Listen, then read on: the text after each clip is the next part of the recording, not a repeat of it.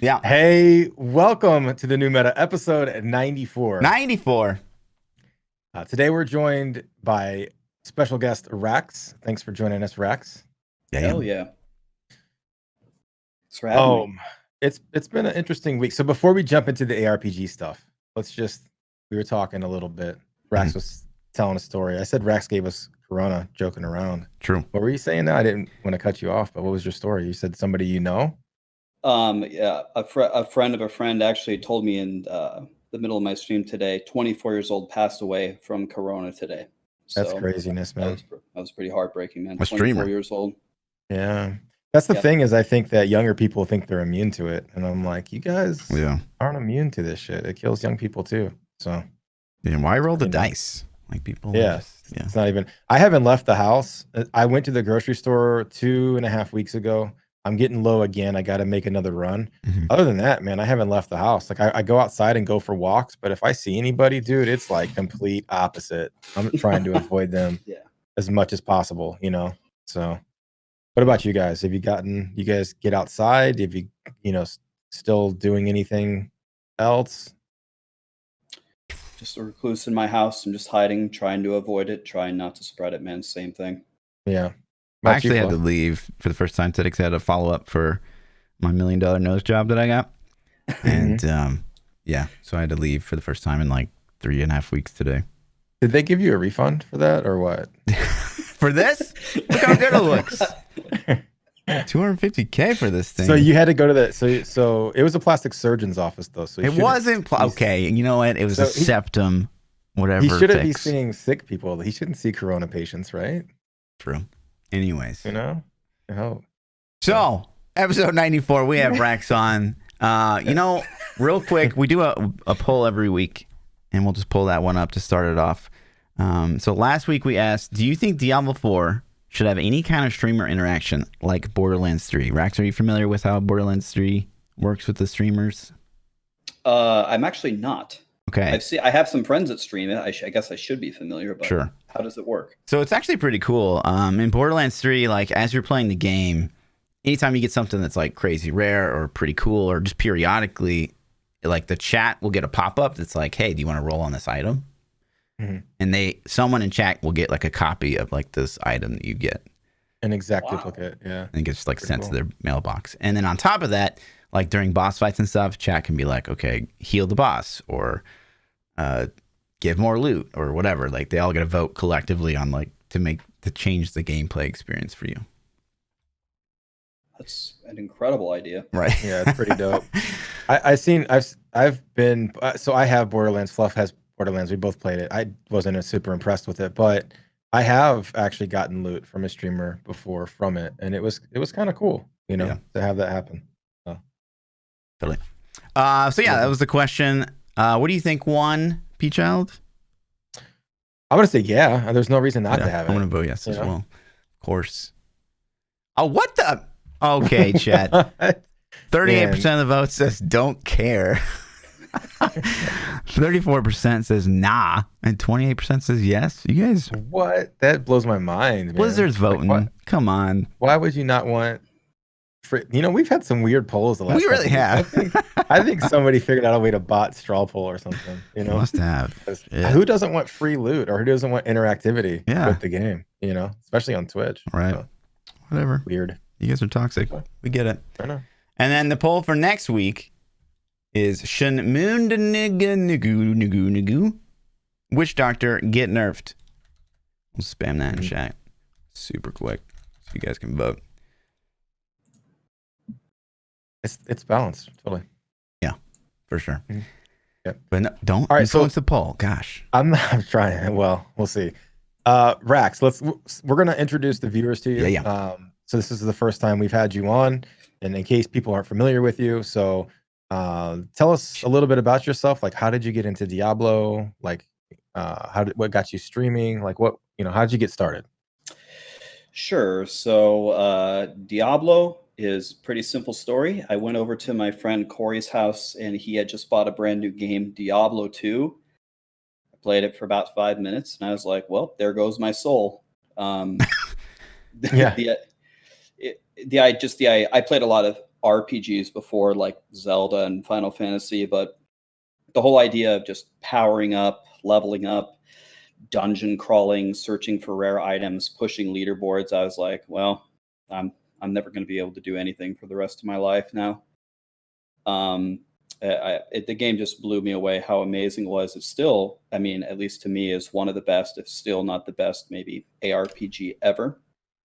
And so how did I get involved into Diablo 3? Just the sequel to Diablo 2. Anything in the Diablo franchise is going to captivate me all the time. What got me into streaming? Something I always wanted to do. When I graduated high school, I was competing at the Halo tournaments. And back then, Twitch didn't exist. And I was like, well, I would love to do something in the video game industry, but the feasibility was not really there back then. So I said, well, I guess I'll be an adult, and got a job, got my degree, and then I just continued to kind of level up within that. And then I saw Twitch come out, and then of course I've seen a bunch of amazing streamers build their brands. So I was like, you know what, I'm already on this path. But after a while, after kind of climbing the corporate ladder for about 10 years, too many trips to the drinking fountain where all the people that were older than me are like, oh, Ryan, you're so young. And man, if I could go back and do it all again, I would have done this or I would have done that. But you want to know what? It's okay. I'm going to retire in 10 years and, you know, get my 401k and it'll be fine. But man, I just wish I would have done something different.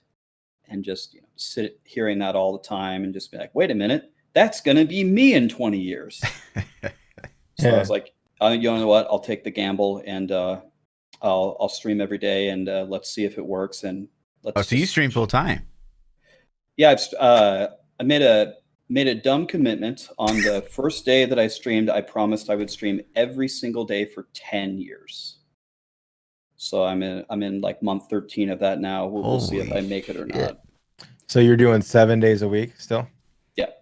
Yeah. 7 days, 10 for 10 years. We'll see if I can make it. But it was more of a science experiment just to see if we could make it work. Sure. Yeah. I did something really stupid like that too. I did 7 days a week for 14 months. And then at 14 months, I was like, this is fucking ridiculous. I need a day off. So I stream 6 days a week still, but that seventh day, like just having that one day is just ridiculously big. So we'll see, man. I'm interested to see how long you can keep that streak alive. You know, well, 6 days a week is still outrageous, man. And you guys are way bigger streamers than me. I've been watching you guys for a long time. A lot of respect. I'm just a new kid on the block. So not me. 7 days a week. God damn. Craziness, man. No vacations? So, you don't like travel or anything? That's crazy.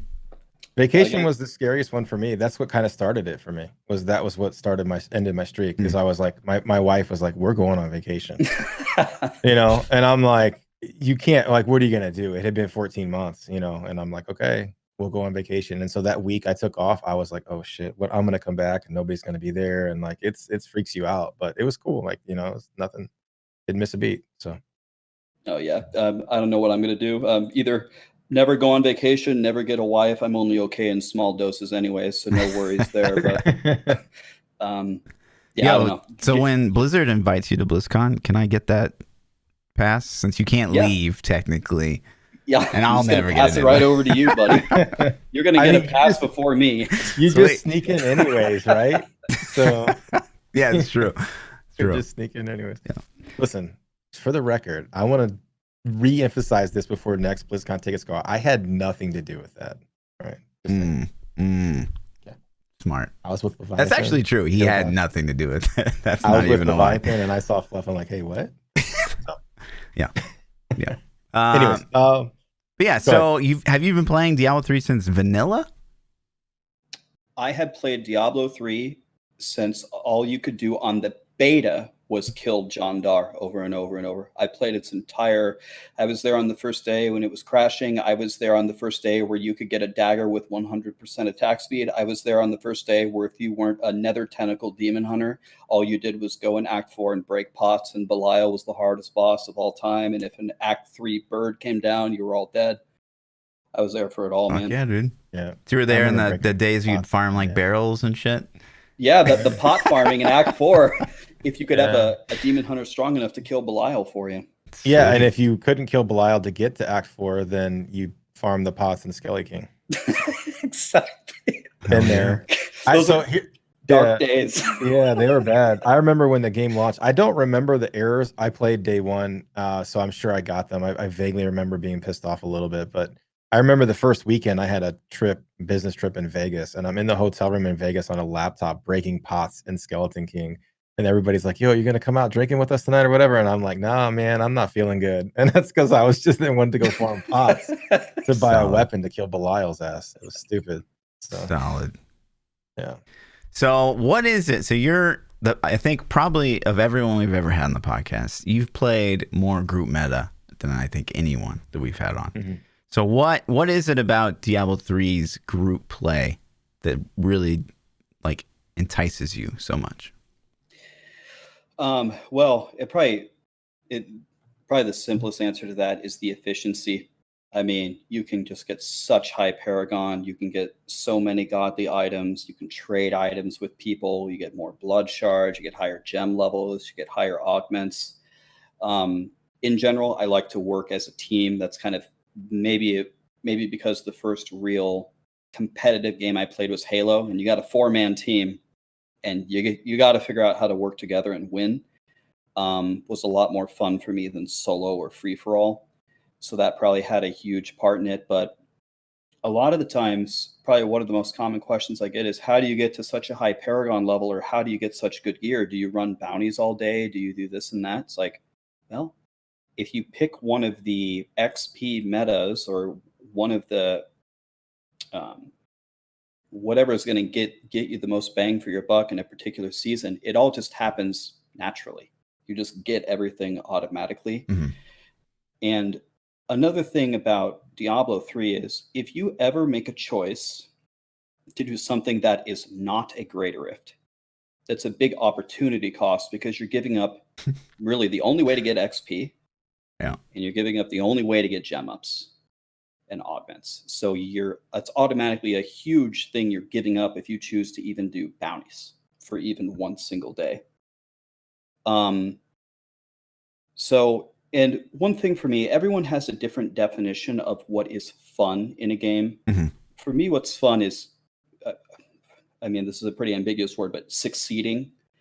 And that usually in this game, with how overpowered Paragon levels are, coincides with just doing the meta. So that's pretty much what draws me to it more than solo. What continues to drive us? To say, like, you're season 4 of doing the same rat run that you've been doing for the past 9 months. What keeps the drive? Is it just staying at the tippy top of the mountain, or what is it?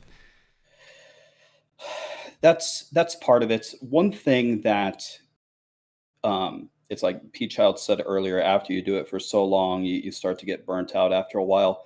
One thing that I wasn't really expecting to happen, but is something that continues to motivate me, is there are actually new people that are pretty much either completely new to Diablo or completely new to this version of Diablo 3 that haven't played in a long time, that are always kind of interested when they see you either pulling Greater Rift 150 or pulling Greater Rift 120 and erasing it in 60 seconds. That gets them interested. And they're like, wait a minute, what are you doing? Well, one way I could answer that question is the same thing I've been doing for a year, just doing rat runs and then doing metas. But to them, it's something brand new. Sure. And they're like, that's nothing like what my Diablo looks like. I have my little dagger and I go up to Skeleton King and I stab him, and 180 stabs later, either he's dead or I'm dead. Mm-hmm. It's a very different experience. And I think showing them maybe a different side of everything always motivates me, just to show them, what is possible in the game, because sometimes that motivates them to play the game. They're like, oh, I didn't know all this, and now I'm having fun. Thank you for showing me. Because, there's some people that like to play solo, but some people would love to play in the group metas, but don't know how to start. But one way to start is to watch a streamer and ask questions and get knowledge that way. Sure. So right now the meta is what I'm sure you can explain it better than all of us, but it's 4-man. It's Nova Necro for trash kill. It's what Crusader still for RGK. Yeah. The Crusader is just way better than every other. It's not even close, man. But you can't do a Witch Doctor, right? Like you can still do a 150. It's just not as good. Witch Doctor's doing the trash clear too, but I don't know if it's as efficient as Necro. Right. They're both outrageously good. Probably Yeah. the Necro's a little bit better because the triple weapons in the cube. But I'll tell you what, you take away that seasonal buff, the Witch Doctor has some surreal power. Right. It's unbelievable. So looking back on the metas that we've endured in Diablo 3, what are the ones that really stick out to you as like the ones that you enjoyed the most, maybe the ones you didn't enjoy the most? So the one that I always go back to, I've been asked this a couple of times. My favorite ever, if you remember this, was Static Charge Monk. Oh yeah. Did you ever do that one? No. That was such a crazy build, and it was complex. It was good. It was super complex, and nobody could actually play it properly, because if you played it properly, you would just lag out of the game. I mean, it just crashed the servers every single time. So you had to play as well as you could without lagging out of the game. But it was such a cool build, man. Just setting up those little lightning balls everywhere and having them go between everything. I got to be honest with you, man. So that was one of the best ones. I personally was getting a little sick of Bazooka, especially when it's like a build. I don't think Blizzard even intended. SVR warned them, when it came out, hey, do you realize all these channeling buffs are possible that aren't really intended for this meteor? And it reigned for far too long. So I don't think they could break it is the problem. And it was okay when you could play it manually, but once it got to where, there were a couple of people that played it manually still. When the timing became like 4 frames, it's like you're macroing it. Like there's nobody playing it efficiently every single time unless you're macroing it. And I didn't think that felt good either. Yeah. And so to play the game, you have to create a script that's going to press your keys for you in the specific order. That felt really shitty.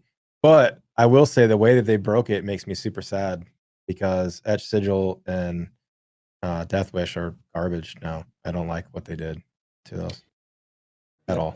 And one of the worst things about it, which Blizzard, I believe that they specifically put in either their last patch notes or their last blog post, is they said, well, Etch Sigil and Death Wish have taken a big hit, and those are really Wizards' like pretty much their only options, unless you take Chantota with Veers.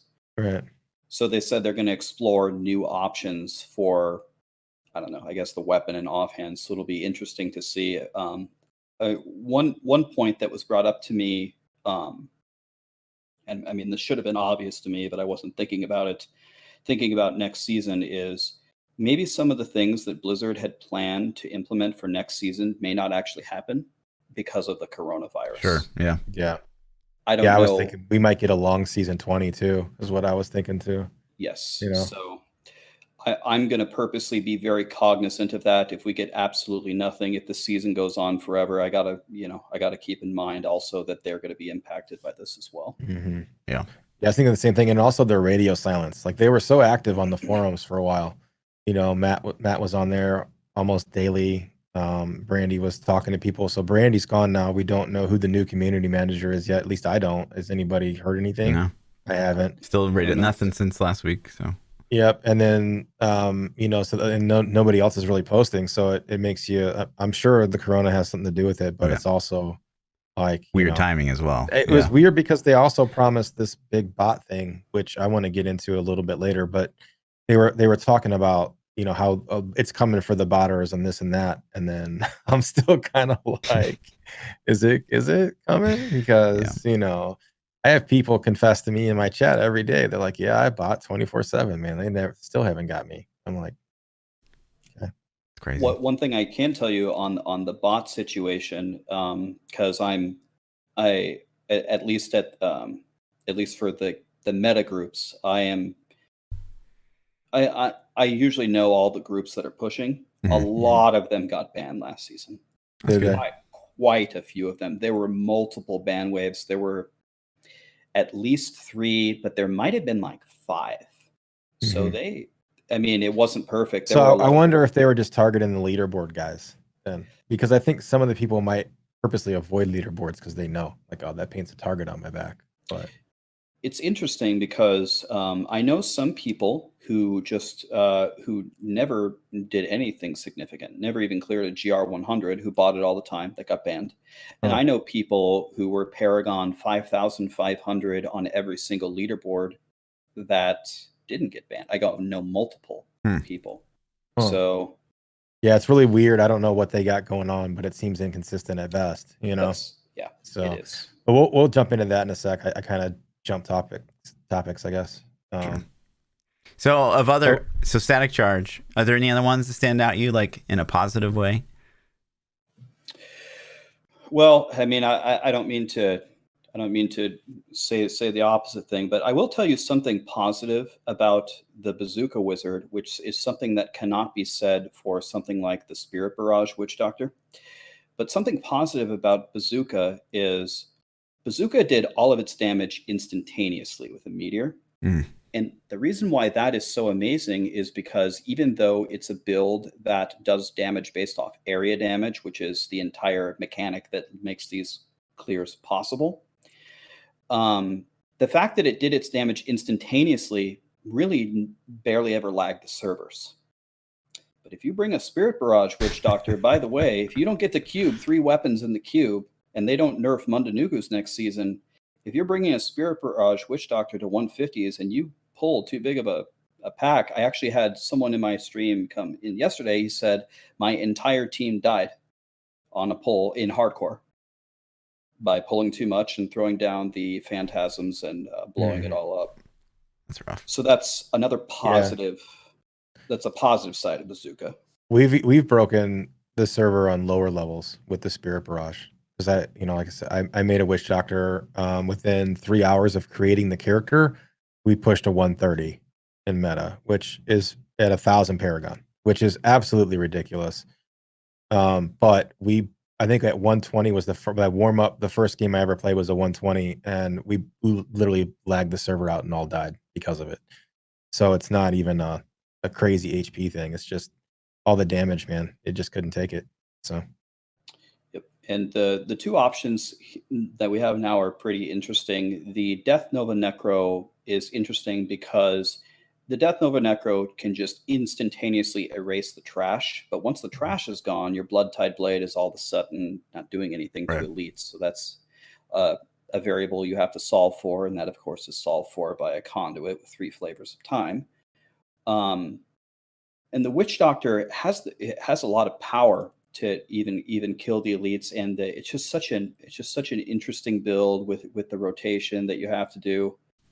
And I'm trying to think of what were the other metas before. What was there?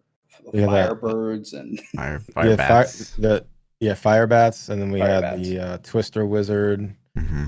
We had that season of Hoda Barb. Yeah, Hoda Barb was actually I kind of like that one. Yep. And then the Hydra Wizard with the paralysis talent and ring. What was the ring? I forget. Mantled Heal.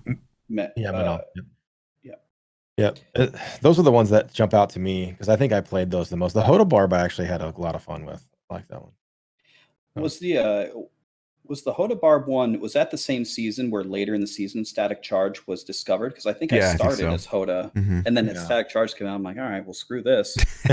I'm gonna go do this. Yeah, it could be. Static Charge lasted late that season and into the next one, or did it get nerfed? Yeah, it got nerfed straight away because I was so excited to make it again. They shut that down real quick. Yeah, it probably was because I don't remember. I didn't really play all the seasons super long back then. I did the first couple of weeks and then usually dipped out. So of the seasons you've done these, really high end push metas, is the Mundanugu the most laggy you've encountered, or was like Hellbats worse or Firebats worse, or? Mundanugus is definitely not the worst, and Blizzard clearly was aware that this was going to happen. So they tried to implement that fix. Remember that they took out right at the very end because it wasn't working the way they thought it was going to work. No, I'd have to say Static Charge was the worst. If you played it properly, there's just no way you're going to clear the rift. That's funny. So It's tolerable. It's tolerable. given the current state of the meta and how often you play it, where would you like to see Diablo 3's meta go in the the limited lifespan that it has left? Well, the biggest problem I think with the current meta is the fact that pushing leaderboards is time attack. I don't know anybody. Well, I shouldn't speak for everybody. I haven't spoken to anybody who enjoys that, who just enjoys going A to B in a rift, fishing 5,000 keys for a transformer festering with Condi. Not that if you fix time attack that it wouldn't be that anyway, and just seeing how fast you can erase 10 elites and spawn the guardian. That's not really, I feel, the way that how it was intended to compete. I would love for them to tone it back a bit. And some people get very, very upset or very fixated on the numbers. Oh, I cleared a 150 last season, but this season I can only clear a 130. Well, it's all relative. It's just how high are you clearing compared to your, the Right. people that you're competing If the against. average is at 80 and you're doing a 120, you're a god. You know what I mean? So it doesn't matter. Exactly. I mean, that for me, in my opinion, everyone has their own opinion. I'd love to hear everybody else's opinion. I think the time attack is the thing that they have to fix. People always say, Rax, don't you think they need to increase the GR cap? And I go, no, why?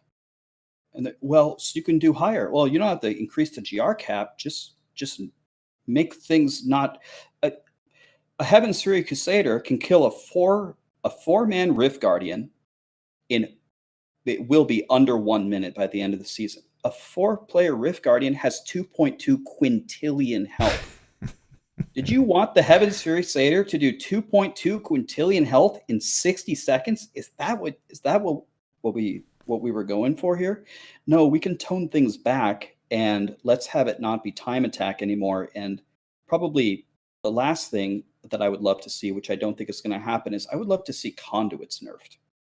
Because conduits are just so you have to almost always have to have one for the rank 1 clear, and then you think, okay, well maybe they'll nerf it, but then they put flavor of time in the game, which just doubles it.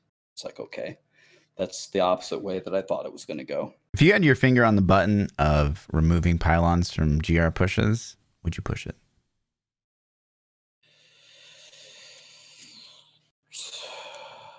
Wow. Take some of that RNG out, Yeah. Well, I mean, that would definitely be the benefit of it. I mean, it would certainly make it more fair. You want to know one thing you could do that's tough? I mean, that would definitely be interesting. Another thing you could do is you could just have all 5 pylons spawn every single time. You get one of each. Mhm. Now, of course, it's random. Do you get the conduit on the festering or do you get the conduit on the Corvus with blazing guardians? I mean, it turns into another huge RNG fest. But it's still less RNG probably than current meta. So yeah. You know what? You want to know what, Fluffy?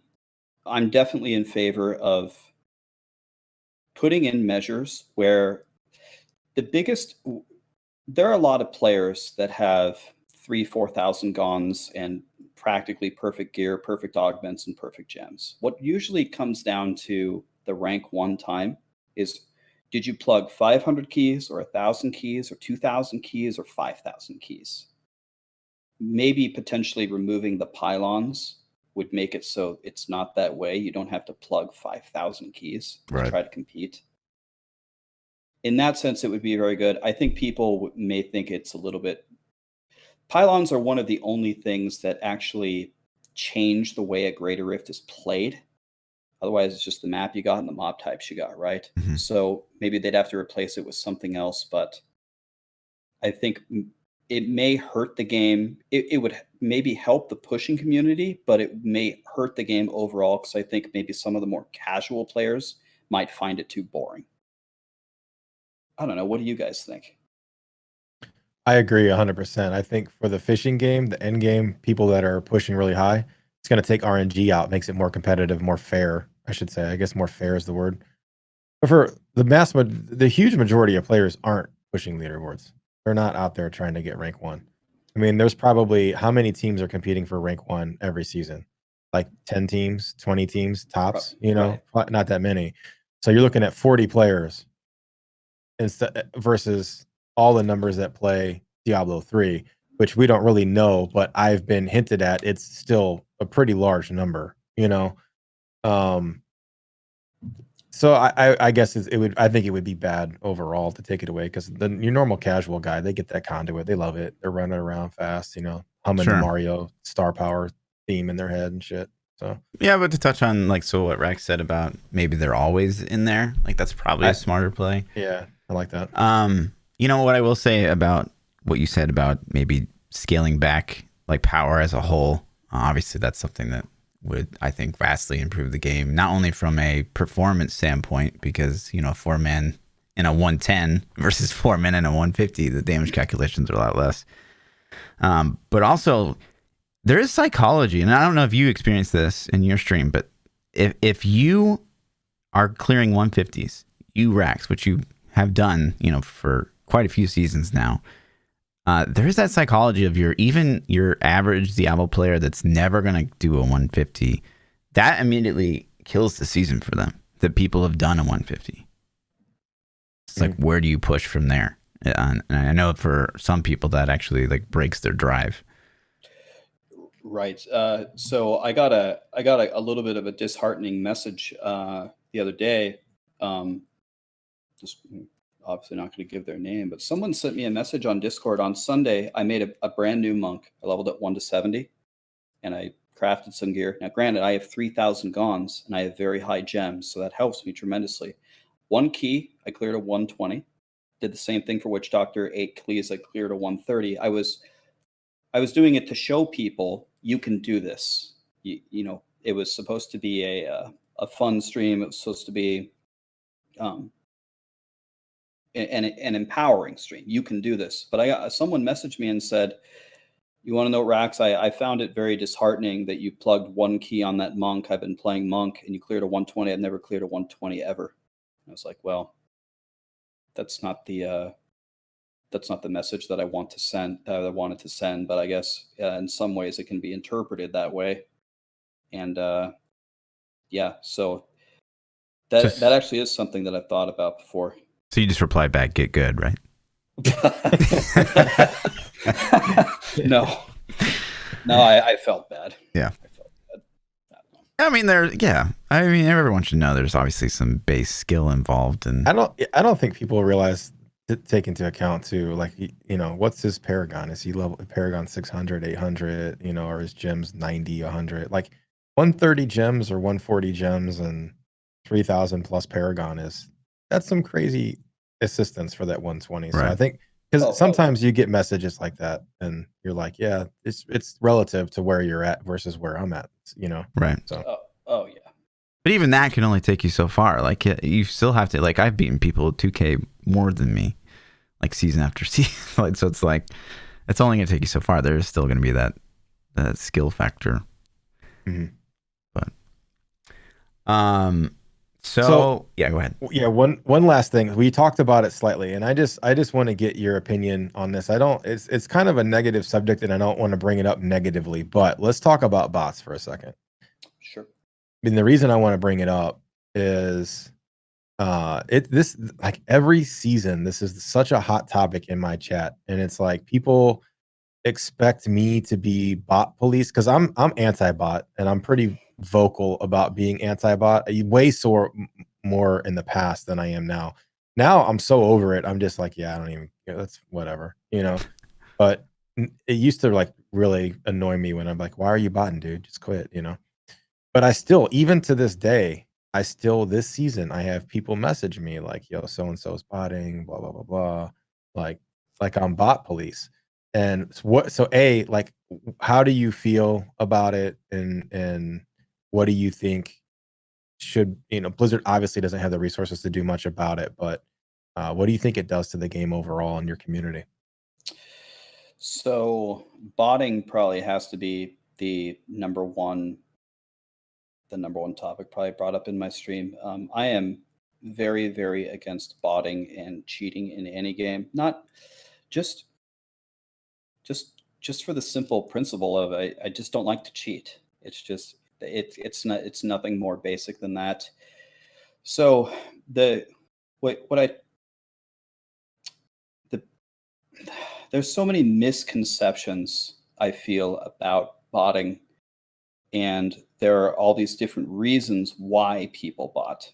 Some people bot because they they don't have time to play the game, and they feel justified that if they have a wife, kids, and a job, and they don't have time to grind, well, the other people that do have time to grind the game all day have an unfair advantage over me, so I will just bot, and then I'll have the same gons as them, and then I can compete, and it will be fair.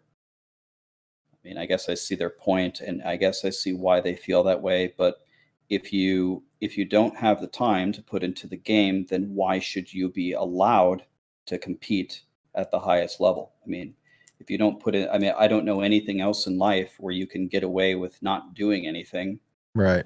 And I can't succeed. afford to play basketball all day like LeBron James. Therefore, I should just have a shot anyways. Like it's I see that argument a lot too, and I just think it's foolish. Like, well, it sucks that you don't have that time, dude. You know? Yes, and I'll tell you a very, very big misconception about botting. People think because someone bots that they're a bad player. There are players who don't play the game, who bought the whole season, and they come in and they rampage in at the end of the season, and they get rank 1 or they get extremely high, and people always have the misconception of, oh, those players are so bad.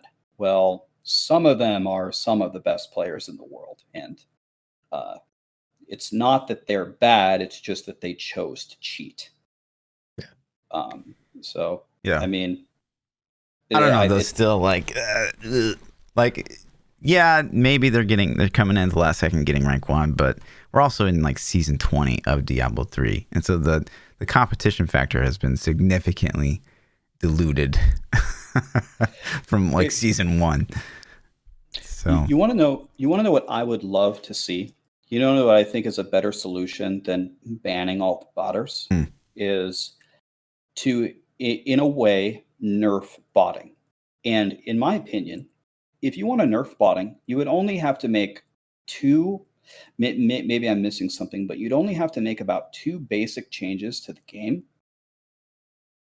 The first thing is Paragon levels are way too important. People will bot to 6,000 this season without doing anything, especially if the season goes long, or at least 5,000, if not 6,000. But that's because every single point of main stat gives you +5. What if it was +1?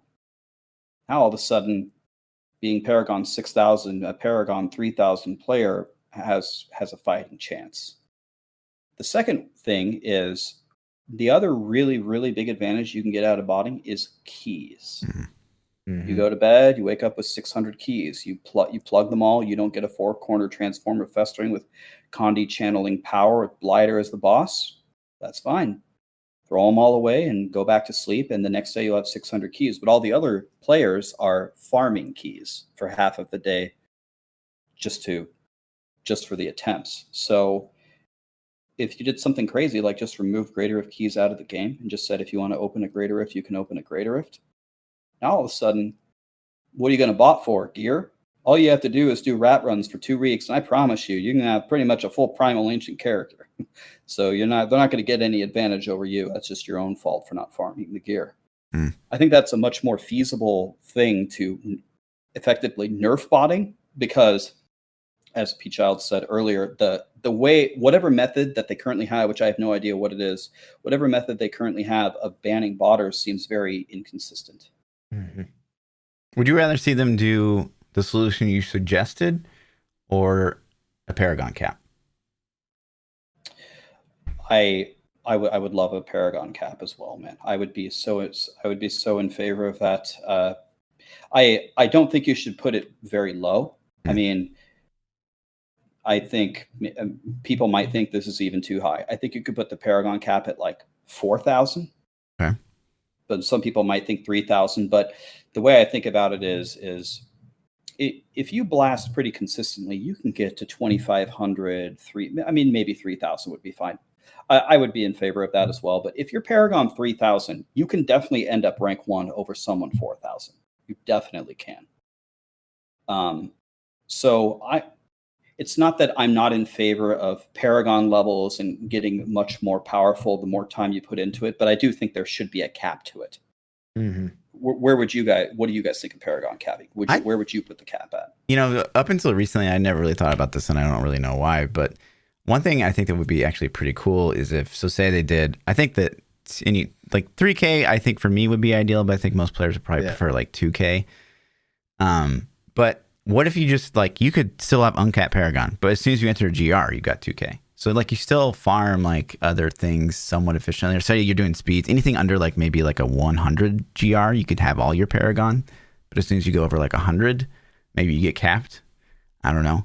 Oh, interesting idea. So there's still that reason to keep grinding, and still you're going to farm grist like faster. But yeah, or the higher you go up in the greater risk, the less your Paragon gets scaled back. Yeah. You know what I mean? So by the time you get to the 150, your Paragon's effectively set at 3000 or whatever it is. I think 3000 feels good. I think that's higher than most average players would ever achieve. I think it's higher than even like your non-casuals would probably get.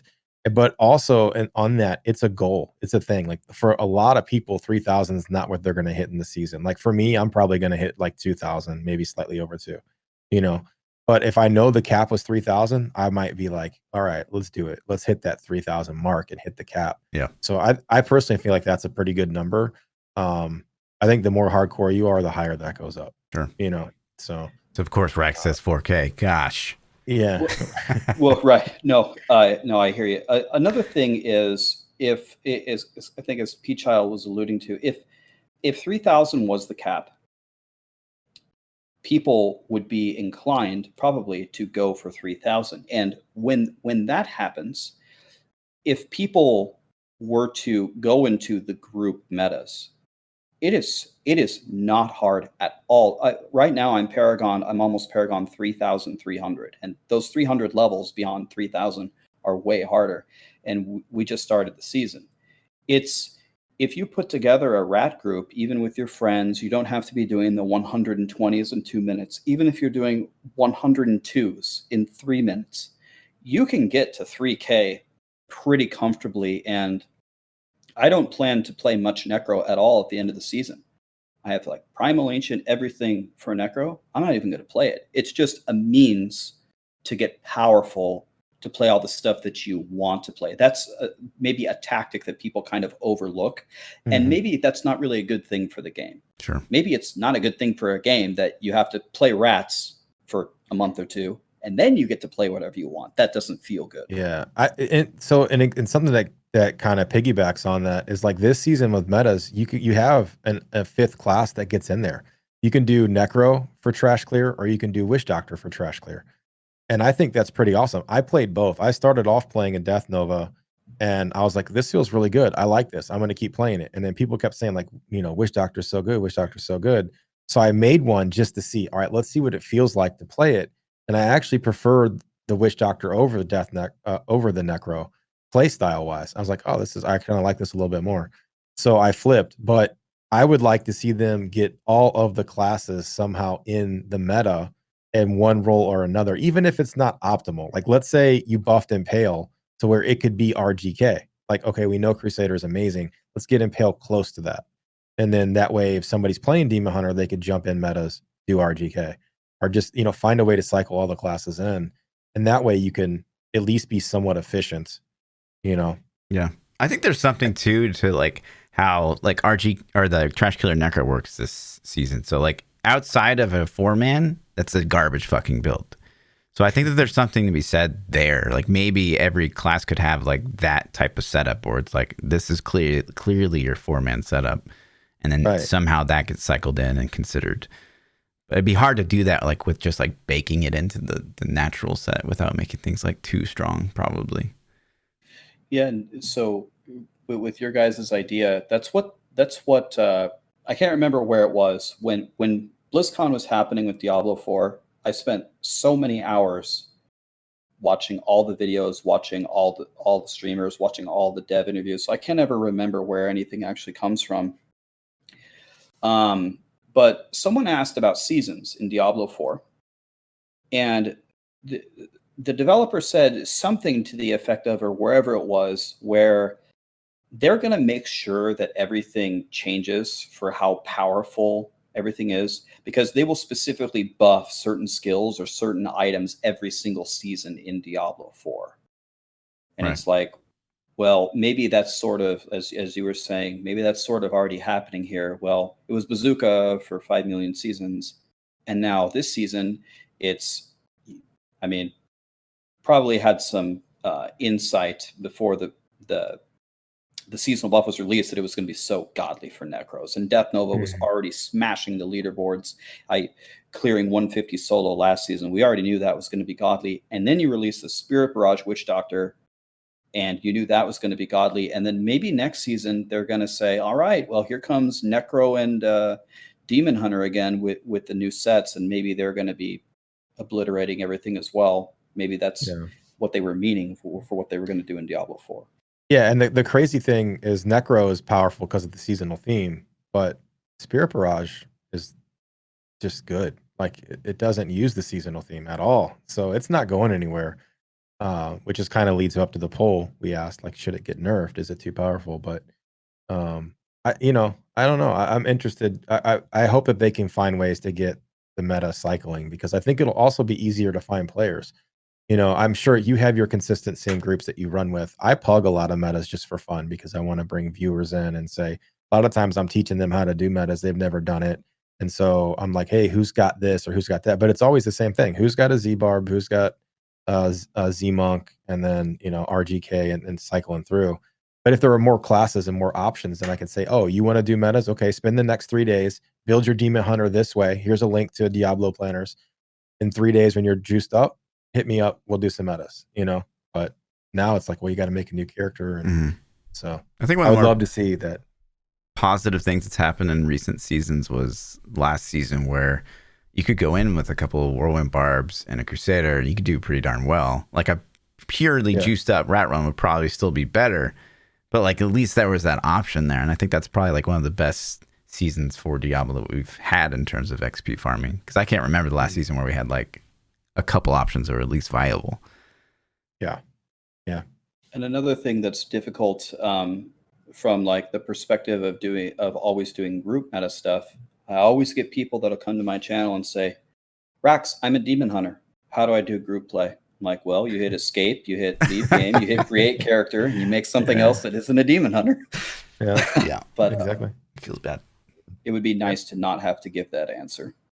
So what's your, go ahead. how do you feel about Z characters then? Like Fluff and I have talked about this in the past. Do you like having Z-Monk, Z-Barb in the game? Do you feel like I think they were unintentional in design. Fluff has convinced me that so many things are unintentional.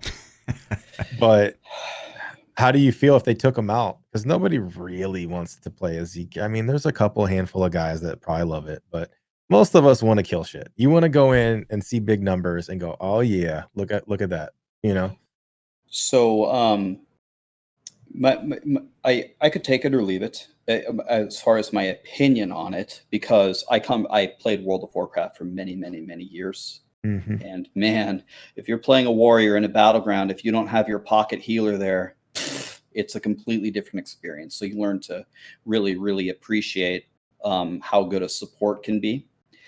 I'll tell you something I was thinking about support characters in general, which is what makes it. I was thinking about why are support characters actually in the game? And one of the problems that I think with how the game is developed, which maybe got out of hand, is how many buffs or the power of the buffs that they give.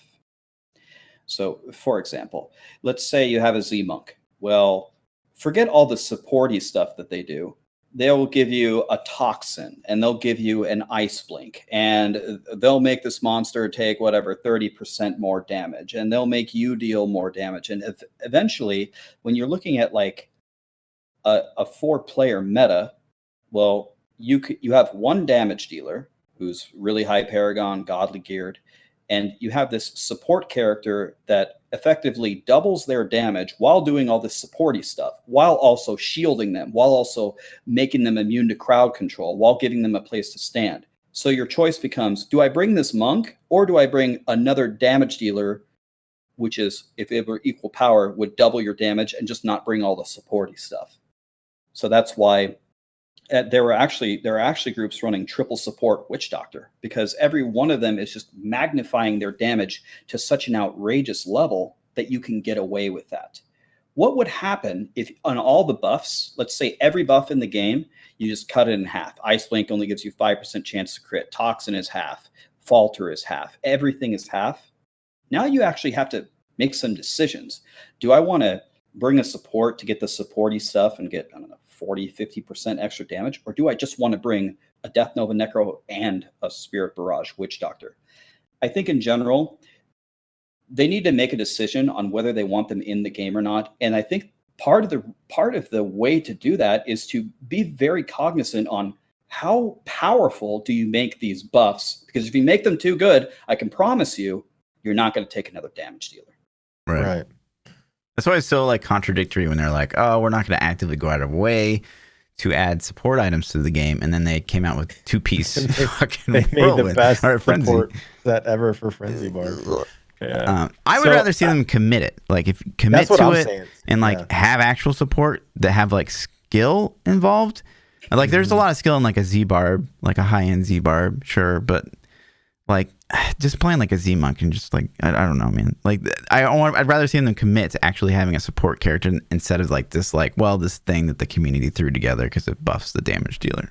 Yeah, I'm the same. I think they should either embrace it or get rid of it. Like if it's okay, we're gonna keep it in the game. Let's make a set around it. Let's make skills that specifically, have intent to support and not heal or to support and heal. So yeah, exactly. And it's probably too late for Diablo 3 because there's just too much depth to it already. But when designing Diablo 4, you can nerf buffs without nerfing damage. So if you have all these buffs that double your damage and the character's attack does 500 damage while you're doing 1,000 damage. Well, instead, make the buffs give you 10% damage and make them do 900 damage as the base attack. Now all of a sudden, you're doing roughly the same damage, but the buffs aren't as big of a factor. Yeah. Where they allocate the damage between that and whatever their infinite scaling system is for Paragon, which they did confirm is going to be in Diablo 4, at least so far. How they allocate that needs to be very carefully planned and designed. And as you said, I would much rather them say, we want support characters or we don't, and then design from there. Yeah, they got to commit to it for D4. I don't think they can do this half-assed like Diablo 3 did. I want them to commit either way. And I think a lot of the fear is if they actually make support characters, then it's going to feel very MMO-ish, WoW-ish. Yeah. We got a healer and a DPS and might as well have a tank in there too, And like, I'm with you, Rex. Like last I checked, I was at like 29,000 hours in World of Warcraft. I mean, it's ungodly how much I played that game. Yes. And I love it, but I don't want Diablo to fall into the same hole. Like it is an ARPG. And so to me, when I think about that, I usually think about blowing up big groups of monsters and killing shit. Not so much like, I'm going to go heal. I think that's a way that Diablo 4 can innovate from some of these other games though, is to do support correctly and still have it feel like an ARPG. So yeah, it's a tough line because you see all these games like Guild Wars that they didn't have like official like Holy Trinity, but then like everything just kind of plays kind of funky. I don't know, man. Like it's such a tough line to walk because like you either commit to Holy Trinity or like everyone's kind of support, and then there's like no main tank, and it's kind of I don't know. It's kind of weird. Yeah. But I'm fine either way. I think it'd be cool. Like I think actually an isometric ARPG that was Holy Trinity could be fun, but at the same time, no. So like either could work. Yeah. I agree. I totally agree. Yeah. So another thing that they could explore more is, people may be upset when they say, well, okay, yeah, it's an ARPG. I want to do damage, but I also want to do something different. maybe one way they could think about doing it is maybe use support, but not maybe in the traditional way. Not that you heal. The thing that comes to mind is like exploding palm. It's like maybe you make a character that's just all about exploding palm. You put palms everywhere. Then when the damage people kill it, then it blows everything up. But maybe, it's still a damage dealing spec in a supporty way. Maybe they could do something like that rather than just having a healer or a tank. Yeah, and healing, I hate to use WoW stuff, but like, have you played a disc priest in World of Warcraft before? Yes. So like damage to heal people, like I think more of like Panda or those expansions, but doing damage to actually heal your teammates instead of just sitting there spamming healing abilities on them too, because that keeps you engaged in the killing, but yet you're still supporting and doing other things. So there's a lot of ways that I feel like they could make it better than what we have in D3. So jumping into D4, what the podcast has heard our opinions about it 100 times over. Well, like what struck you like straight away about Diablo 4? Where are some of the things you think will be really great versus like some of the red flags? All right. Buckle in. All right, just tell me to stop whenever you want me to. Stop. So, did you guys see that news? No. So the number one thing I would say for me by far that they're doing right is they're telling us exactly what they're thinking, and they seem to be asking for feedback and listening. That to me is more powerful than anything. And when I think about Diablo 4, I really truly think about it in a pre-alpha sense. So I only really analyze the things that they tell us they're going to do rather than what's presented in front of my eyes. So if they tell me there's going to be PvP, but I don't see any PvP, I'm just going to take their word for it and kind of, think about it in that way. Things that they're doing right. I like the dark theme. I think that's much more Diablo-y. I mean, if I wanted to play a cartoony ARPG, I'd play Torchlight, which I think is an amazing game. But if I want to slay the demons of hell, I hope that it looks like slaying the demons of hell. This probably might be a very unpopular opinion. I like that they're taking their time to get this game done. I don't like the fact that we waited 10 years, but it sounds like they're going to take their time and get it right.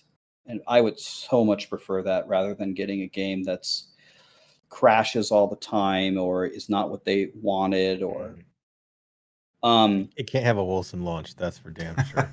Oh man, I was there, man. And when all the streamers quit, I kept streaming it, and it was that was a dark week, man. Dark 2 weeks.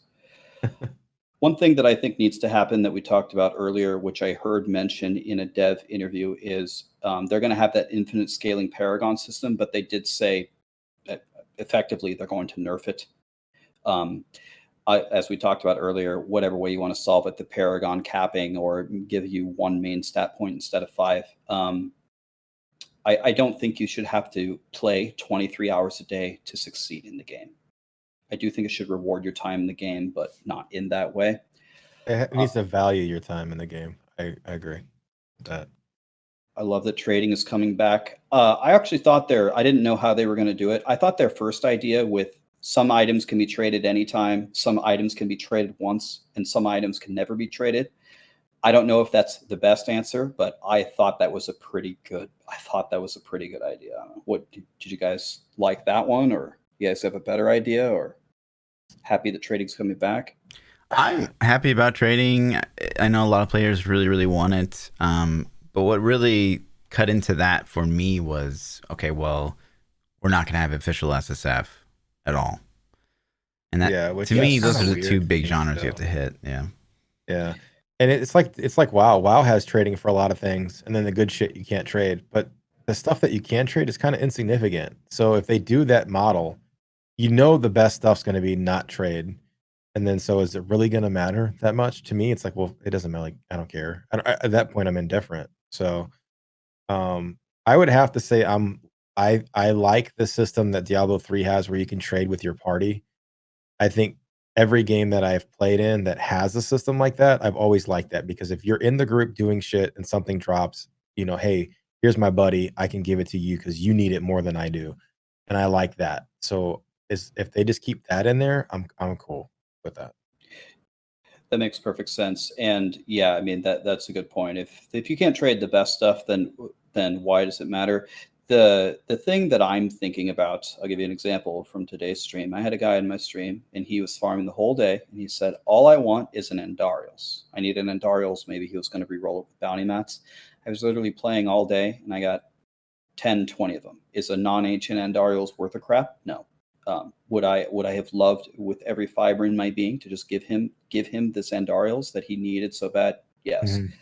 So I think the trading system, the whole trade once stuff, if you can trade once up to like a certain level, like maybe you can trade legendaries, but not primal ancients or not the godly stuff, I think it may benefit some of the more, I'm not calling him a casual player, but the casual players, Mhm. where you can help them. Maybe you could have a guild vault and have,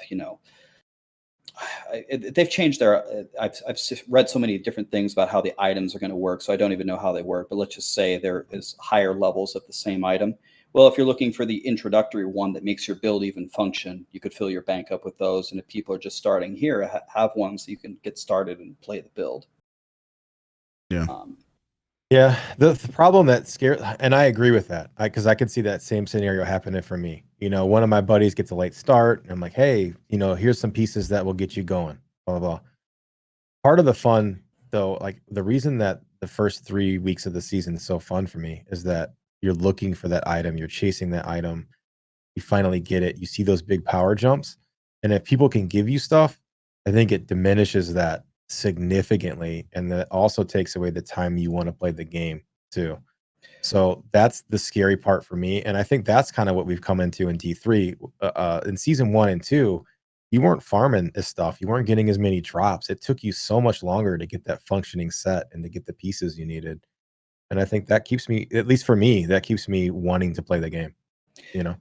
Absolutely. And so to piggyback off of that, I would love, and I think that one of the devs said in one of the interviews, legendaries will not rain from the sky as they do in Diablo 3.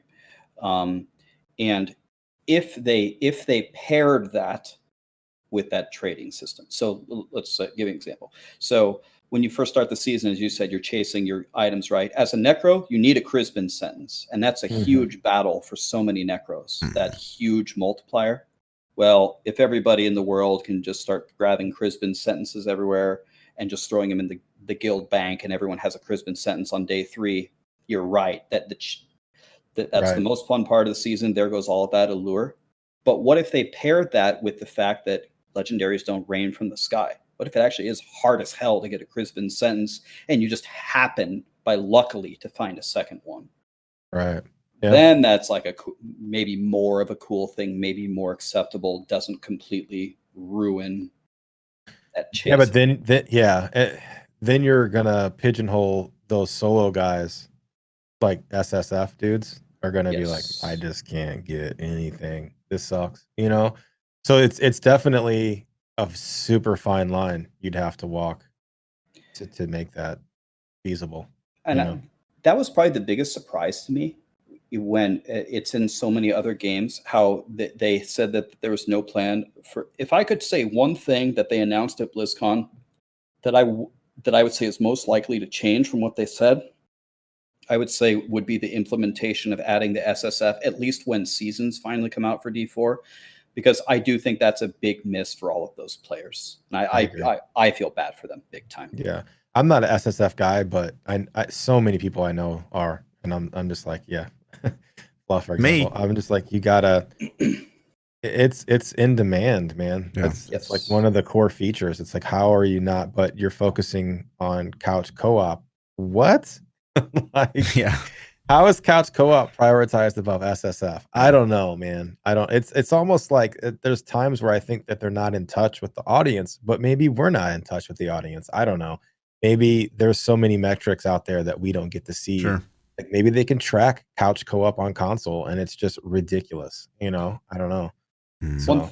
one thing that I was wondering about when I had that initial thought when I heard the thing about couch co-op, and one thing that I think about sometimes is, are they talking about couch co-op because maybe they're a little bit farther along with that, and maybe some of the other, even if they're bigger ticket items, maybe they just haven't figured it out yet, so they don't want to comment on it yet. Maybe they're working on SSF because I'm sure they got a lot of backlash from not introducing it, saying they wouldn't do it. Maybe they're working on it, and maybe, okay, we have to have a blog post out. Let's talk about this item that we know is kind of done, and then we'll focus more on. Yeah, I mean, I don't think they want to show their cards, especially if they can't get it done in time or it's not working. So yeah, totally, I could see that. And also, Xbox, whatever sex or whatever the name of it is, the next one, and then PS5 are right around the corner.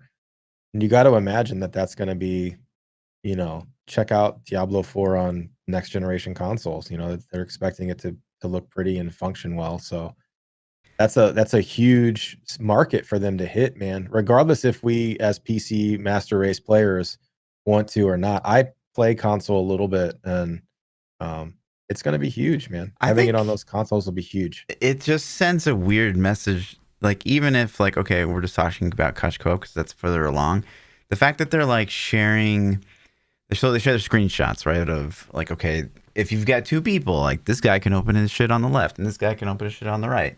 And it's like, well, do we know that the final skill tree will be so like fucking tiny that you can open it on like the left and right side of the screen? And I just think, I don't know, there's so many factors that go into how couch co-op could play based on what you haven't shown us yet, that it's just still a weird thing to talk about so early.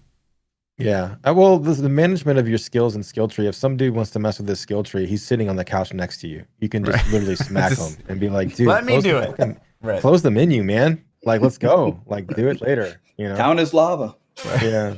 So that's weird. But what else? What else jumped out? Yeah, we derailed you. So I can go for days. All right, let's keep going. I love PvP. I was a gigantic PvPer in WoW. I was so excited. I lost actually a lot of my friends to Diablo 3. The second that we started up, they're like, "Where's the PvP?" And it wasn't there. I actually lost a lot of my friends. So I can't wait to get in there and kill everybody.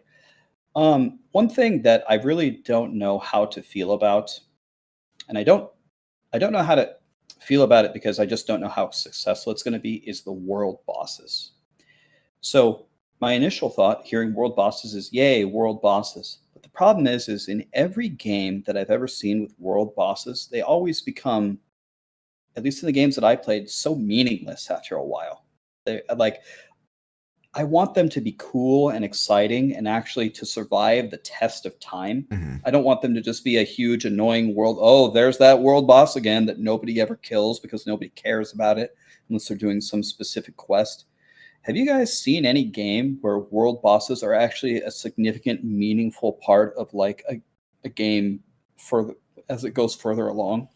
Never. I mean, the first 1 or 2 kills are so hype, and then after that, it's like, oh, Lost Ark, I think, did it the best, but even then, like over time, it just didn't survive that hard. But it's still always like worth doing. It'd be like doing your challenge rift, basically. I ran into a world boss in Lost Ark at like level, I don't know. What's the cap in that game? Was it 50? I think. Yeah, so I was like level 40. And the boss would like one-shot me. So I was trying to avoid mechanics the whole time, where a group of like 40 of us tried to kill it, And eventually, after a million deaths, they finally killed it. But I got nothing out of it. It didn't give me anything good. And maybe because I was low level. But I think loot plays a factor in that. Like if you keep the loot juicy and you keep the boss difficult, then I think that's how you can retain it for a while. But it's once you learn the mechanics, though, then how do you keep it difficult? If you know the tells, you know how to dodge. Like, what do you? Right. I don't know what you can do there. I think that's a really hard challenge, but I'm with you though. Yeah, it's gonna turn into like that one hardcore player that's like soloing it, and there's like 50 nudes that just keep rushing in and dying or whatever. Yeah. Yeah, that exactly what you said. Sometimes I try to always be aware. It's like if I complain about something, or if I raise suspicion about something, it's like, well, how would I fix it? That's exactly why I'm raising the question. I don't know how I would fix it. Exactly. Once you learn the boss, how do you keep it difficult enough and keep the loot juicy enough to make it worthwhile? The more I thought about world bosses, I've got a question mark there. The dungeon system, it sounds more in-depth than Greater Rifts. We of course don't really know much about the end game. The one thing that I would love, and this is just asking for just, I guess, straight up innovation and creativity, I would like it to not be a clone of like Path of Exile or Wolcen that just one part of it is they're going to add the random affixes, but that to me has been done before. I would love to see them come up with their own twist on some of the end game that makes it exciting. Now, what ideas do I have for that? I have no idea, but I'd have to sit around and think about it. But a lot of us have done a lot of maps on PoE. A lot of us have done a lot of, for the 5 seconds we could stay connected, we've done a lot of dungeons on Wolcen. It's like, it so far from what it sounded like, and we haven't heard much, it sounds very similar. I would love for it to have some new twist to it, some new element to it, and for the same company that designed Mythic Dungeons and WoW, which are, in my opinion, pretty cool, I think they can come up with something. I would love to see that. I'm with you, but does it's not have me hype. Yeah, but at the same time, I think it's important to still implement it, because say they go off on their own tangent, and Blizzard has done this in the past, where they think, oh, this is going to be really cool, and then it flops big time. At least you're still going to have that dungeon key system maybe fall back to. That's tried and true. It might not be super exciting, but at least we'll have it there. That's my big concern, is like sometimes Blizzard does things and that it doesn't end up being that great. And then let me ask you guys this. How would you rank the end game activities in your hierarchy of things that you prioritize for D4? It's like you got skills and systems, right? Like loot systems, skills, and like how is your end game? Because like to me, you got to have a good end game too. You can't. I'm not going to play the game if we're just grinding rifts again. Yeah. You know, it's like I can't do it again. So I'm super excited. Like the thing that would get me super hyped would be to see an update on their loot. Like how is their loot going to work? How's their end game gearing going to work? And then the end game system. The thing about it, I think it's exactly that. I completely agree with you. Diablo 2 for me was such a godly game, because the average thing that you would get in a Bale run is absolutely nothing. You would get no high runes, you would get no good items, nothing. And there were so many godly rare items. I could just rattle them off to you. There's just so many of them. And it's like, it was so unbelievably exciting when one of them would drop. And whereas here, you can get fully geared in a week or two. And what are you searching for? A primal ancient version of it instead, which literally gives you like 4% increased damage over your ancient one that you already have. That's not exciting. Mm-hmm. If they have some really, really godly items that you really have to put in work toward to get, that would make me. will already blast this game so much. It will just make me even 10 times more dedicated to doing it. I think that's the best. You like the carrot. You want the carrot. I need a carrot, man. I need something to chase. Yeah. I want the carrot, and I want to be able to like fuck up that carrot. You know what I mean? I think that's the one thing that Diablo doesn't have at all. Like, you know, in Path of Exile, you make this crazy item and it took you forever to make it. And then on top of that, there's that extra layers like, well, I can make it better, or I could completely fuck it. And I think that really like keeps the gameplay loop like going. Cause like, well, if you mess it up, then you have to like go get another one. You have to spend all that time. So it's like, I love that. It's such a good breaking items. Yeah, I love that. It's such a good streamer moment. Like everyone just like kick W's in chat when you like corrupt something and it turns it into like a terrible item. Fluff wants the F carrots. Got it. Yep. We got that. Yep. On the list. Yeah. That's, you know. So I know you had some opinions, and I think we share a lot of the same opinions on what we saw on itemization 2.0 post from Diablo 4. So the angelic, ancestral, demonic. What was your opinion on some of that stuff?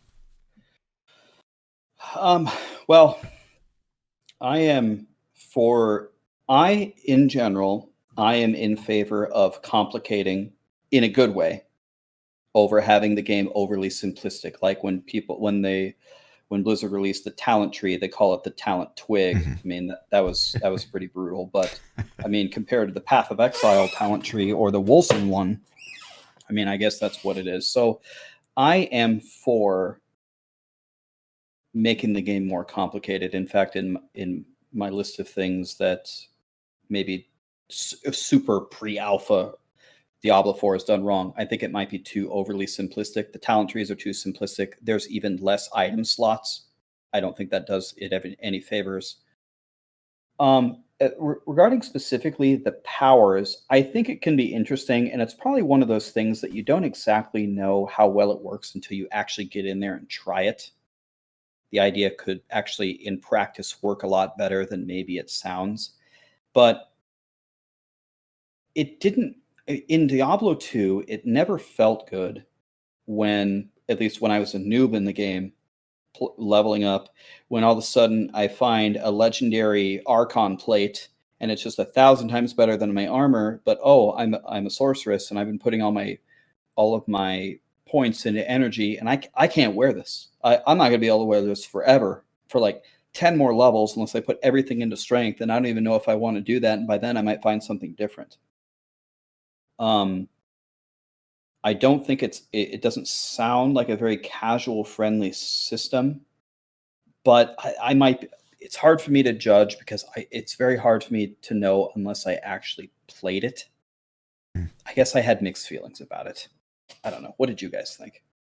I mean, we talked about it 100 times. Yeah, So I was pretty negative against it Yeah. personally. I think it's a pretty. I think it's a debate. It looks like it's supposed to be complex on the outside, but in the inside, it's really just The like same.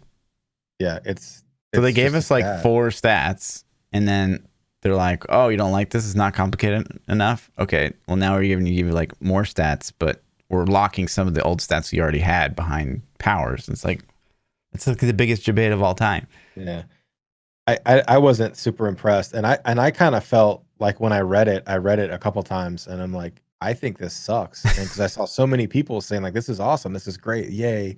Like Twitter was full of positive stuff, and I'm like, oh my god, is this the feedback people are really giving them? Because I really think it's garbage, but or at least on the outside. But like I agree with the point that we need to see it in practice. Yeah. We need to see the skills blocked that are locked behind it. We need to see how often does it drop on what pieces, like how much do we need to get to make things work? Like how is it going to play out? Right. But And in the overview they gave us, I wasn't impressed. I Right. was like, man, I hope that they do a lot more than this. And it's hard to think about how balanced that could be because like the angelic looked like Right. seemingly so much more powerful than anything else. And that was one of the saving graces to me that made it seem slightly better than it could have been, because the fact that the powers themselves did something, it's not just a stat in the game that you need to reach just to put an item on. These stats actually do something. So then you have to ask yourself, okay, the final legendary on Lilith is a godly chess piece for me or something, and it requires a million demonic power. But demonic power sucks for my build. I'm way better off just stacking angelic. And maybe it turns out I just stack angelic anyway, and I just say, screw that legendary. I'm not chasing that anymore. And now I'm going to chase this other one that's not quite as good, but overall for my build, it's just way better with stacking angelic power. Now, I'm not even saying that system is good, but at least it was a little bit more cerebral than just a stat limitation. That goes back, you even hit it. You said item stack or stat stacking, and I guess stat stacking is always a thing. It's always going to be a thing, but I really hope it's not like we don't find ourselves in a place where it's like stack angelic power, stack demonic power, forget everything else. That's supreme. That's the only stat that matters, or even cooldown. Because like in Diablo 3 on a lot of classes, it's just like cooldown, cooldown, cooldown, cooldown. So one thing that I think will really help, that I really hope Blizzard does, especially selfishly as a streamer, and hopefully all of us will get alpha keys. I think one thing that's going to be critical is fluff one. Give us the key and let us try it. Yeah. Totally. I mean, let us sink hours into it. It's like I'll share mine with you, Fluff. Thanks.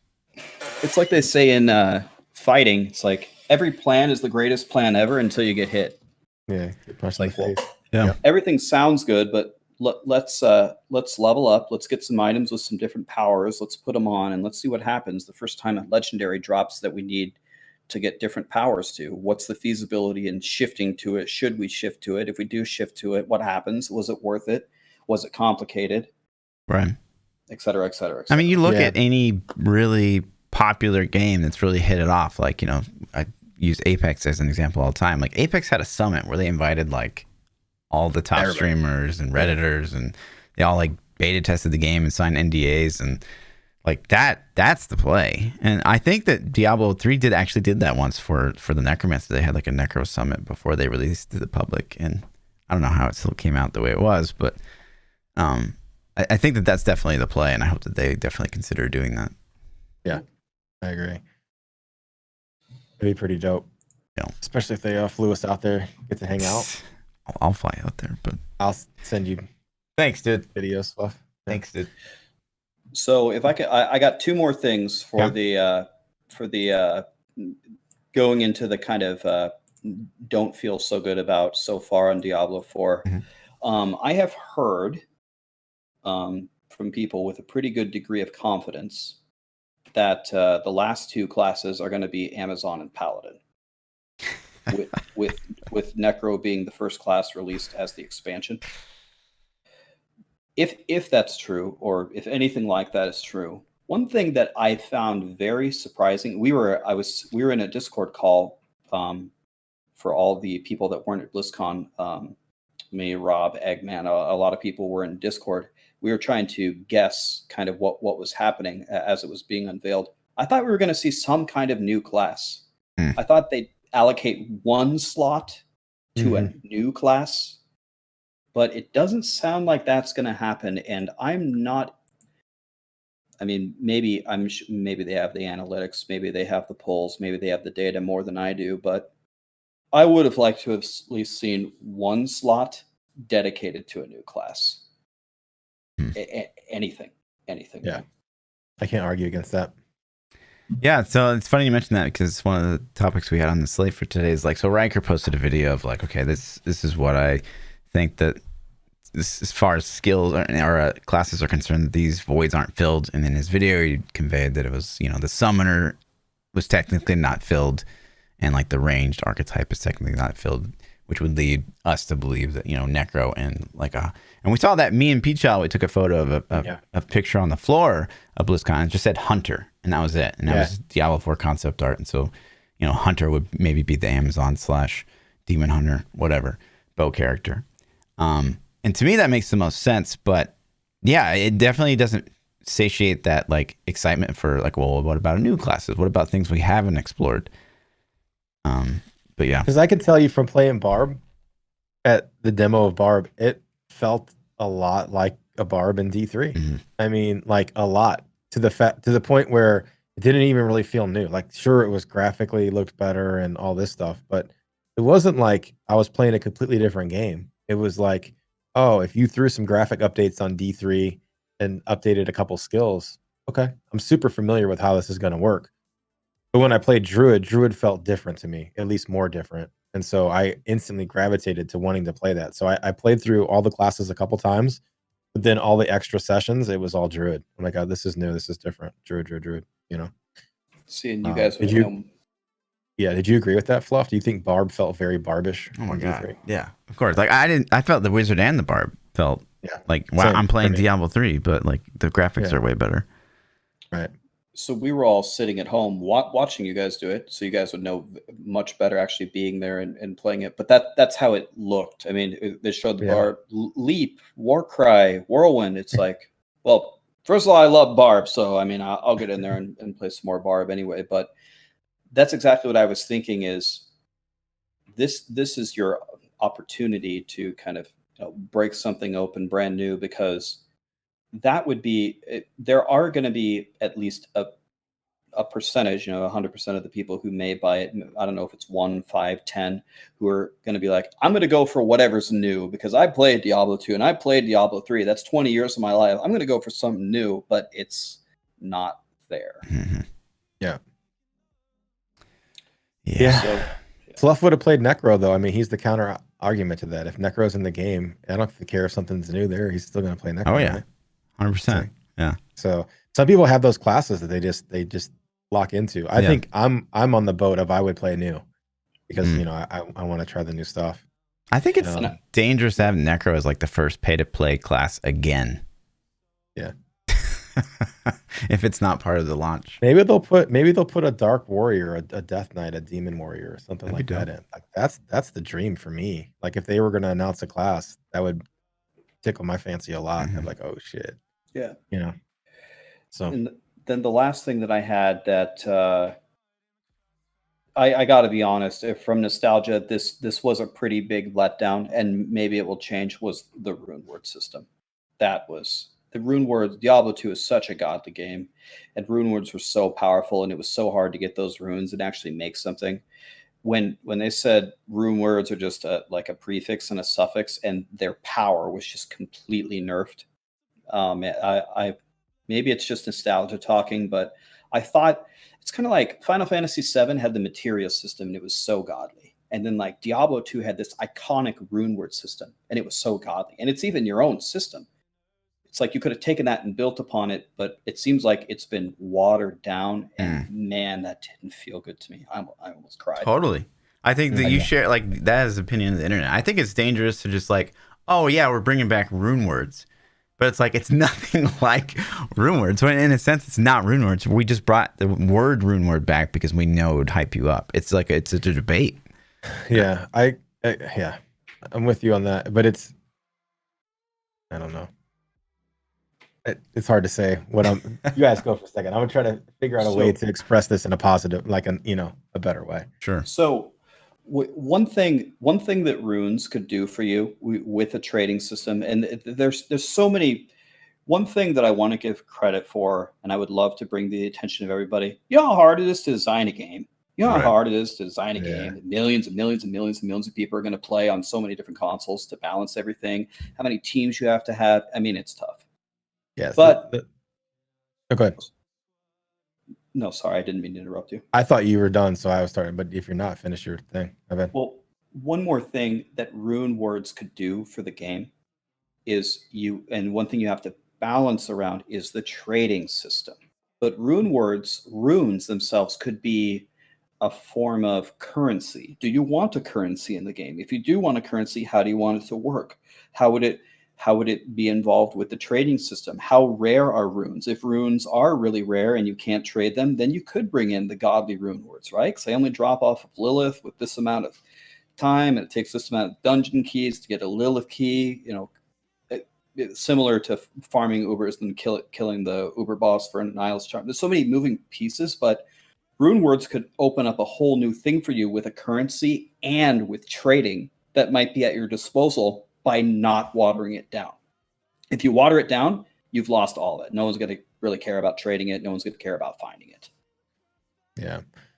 What I was trying to say earlier, and I was looking for a way to say it, but I think I really get the feeling that Diablo 4 is following the same path that Destiny did. When Destiny launched Destiny 2, they casualified the game so much. They made it complete casual friendly.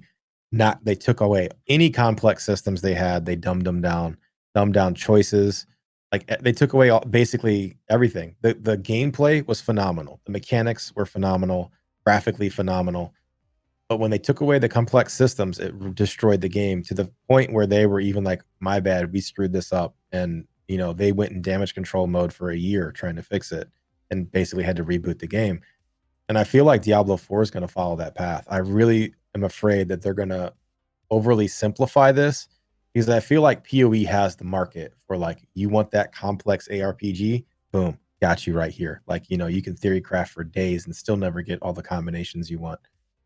And I feel like Diablo 4 is trying to appeal to that casual audience. And I really think that they're going to target consoles a lot too. I don't know. I don't have any insider info, but I just feel like it's going to be like a joint console PC launch and hold hands and be all friendly and hopefully crossplay. If they do, that'd be cool. But I'm scared it's going to be too simple. I really am. Yeah, So I think that's you have why one of the best phrases of describing Diablo 4. Like it's far more dangerous for it to be like too casual than it is. I didn't know what you said, but it was well worded. over casualify it. I don't know what I said either, but yeah. Well, yeah. So I agree with you. And another way to think about it, maybe from Blizzard's point of view, is it's probably a lot harder to make it more complicated in a good way than to have it a little bit too complicated and just make it a little bit more simple later on. It's probably easier. I mean, maybe I'm not a developer. A gaming developer could give you the real answer. But if you have a really complicated system and people say, all right, we tried this. This is way too difficult. I don't get it. Then you can find a way. Okay, well, let's simplify. Kind of like the way they did with materials and greater of keys in Diablo. You have to do this and get this fragments and do this trial, and then you can open a greater. And they said, listen, just do T16 and get a key, and you can open whatever you want. Yeah. But to piggyback off what you were saying earlier, how complicated it is to make a game, it's ridiculous, man. Like I went and toured Blizzard's campus. They wouldn't let us in the D4 building. I think they called it the Fenris building, but it was the biggest building on campus. And I saw so many people walk in and out of there. Just me guessing, I would say they probably had 1,000 employees in that building. Like, I'm not bullshitting. It was ridiculously huge. And can you imagine trying to get 1,000 people to focus on the same project and task and like, oh, okay, Rax, you're in charge of system design, and Fluff, you're in charge of itemization, and I'm in charge of investment, player investment. Sure. And like, so we all have different opinions on how the game's gonna work anyways. Right. So and then we have, somebody else telling us, oh, this is the vision we're going, and we're like, damn, this is stupid as fuck. I got to make an investment team for something I don't even agree with, so I couldn't, it's crazy on how much effort goes into it. But I think the biggest right thing that Diablo 4 is doing is they're communicating, at least especially for Blizzard terms, they're communicating a lot. So yeah. I hope they do what Fluff said and they do a summit and they bring us in, and even if it's not us, like get some people that play the game a lot in there and let them play it and give valid feedback. Totally. So, I mean, I want to say to Blizzard's credit and Diablo 4's credit, like, the worst thing that they could have done wrong is like it comes out and it looks like fucking Fortnite and people hate it. Like graphically, the engine looks insane, and like that's the number one thing you should nail down. So they could change everything about itemization from now until launch. And so that's what gives me hope. Yeah. I actually like the open world MMO-ness part of it. I think that's really cool, personally, because, as a big WoW player, I think it'll be cool to be running around killing shit in the dungeon. And I got a taste of that with Lost Ark. And so Lost Ark functions that way. And so like the world boss, for example, I'm running around in Lost Ark and I start hearing this world boss the audio first. I'm like, what the hell is that? And then I start, I see my map start to ping and I run over there. And then there's like 30 people banging this world boss and he's just fucking us up, man. He's killing people left and right. And I'm like, oh shit, this is great. And it was exciting, man. It was fun to have all these people just jump in there and start trying to attack this world boss. So I don't know if it was 40. It was a lot of people though. And another thing that I don't know how much it applies in like the gaming industry, but of course it's a huge thing in like the sporting industry, is Blizzard probably has all the pressure on them in the world for this game to be incredible.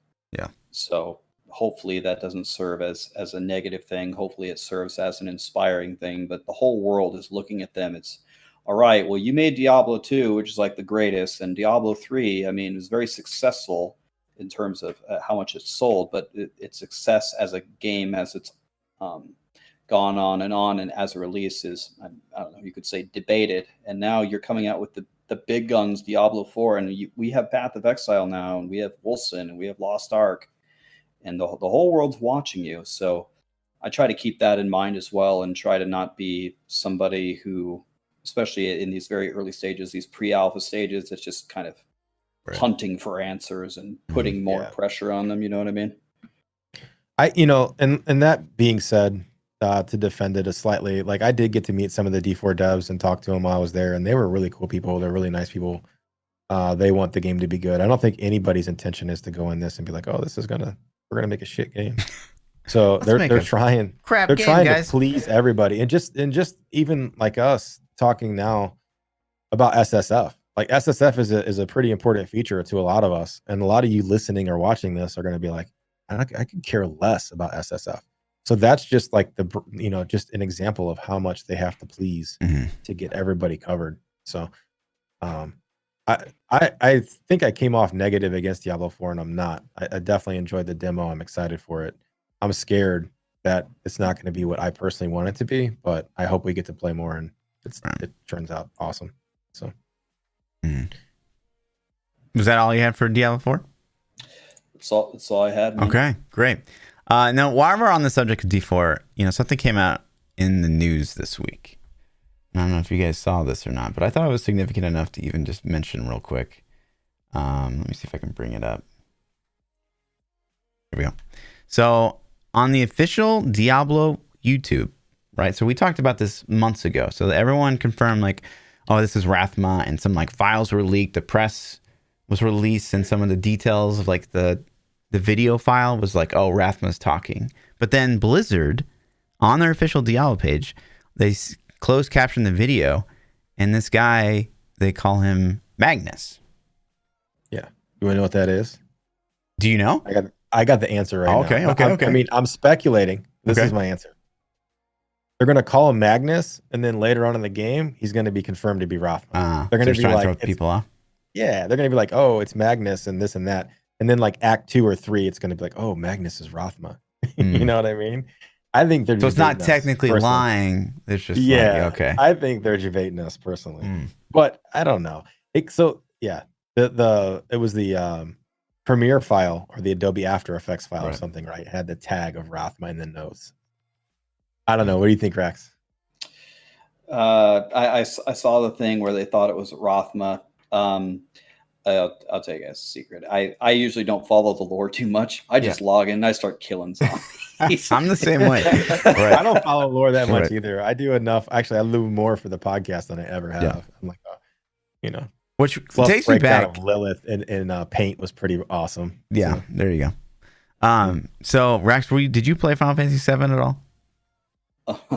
If I had to make say top 50 games of all time, Final Fantasy 7 would be number one.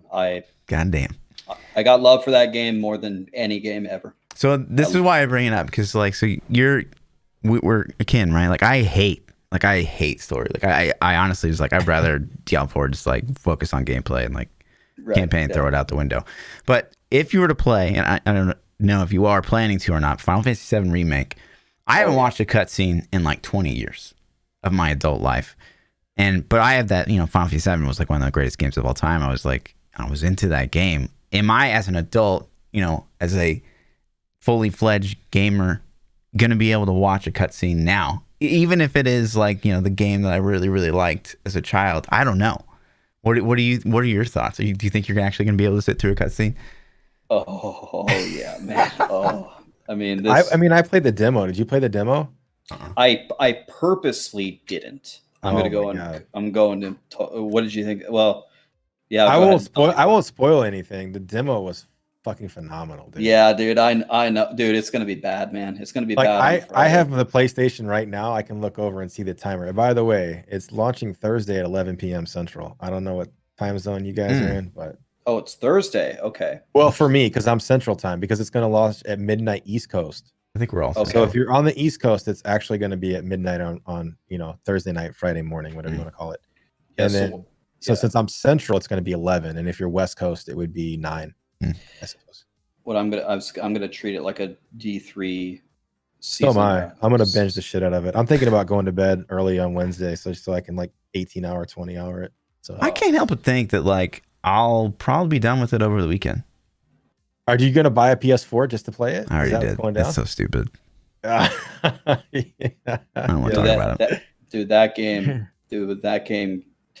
That game was so godly, man. Final Fantasy VII. Yeah. He says I don't want to talk about it. What do you think about this, Rex? I throw it around all the time and people omega lol. But what if they had an isometric ARPG set in the Final Fantasy VII universe? I feel like that could be like the best thing of all time. Because you get materia, dude. You could say, You could Rax, get- what do you think about ketchup on ice cream, but Final Fantasy VII as well? And I'd be down for it, man. Dude, he's the I'd play kid. it. He's buying like the fucking cloud shaped freezer pops and shit, putting them in his fridge. Yeah, I think it's funny. I don't know how popular the game is, but amongst the three of us, we've all played the shit out of the original, and I'm stoked for the remake.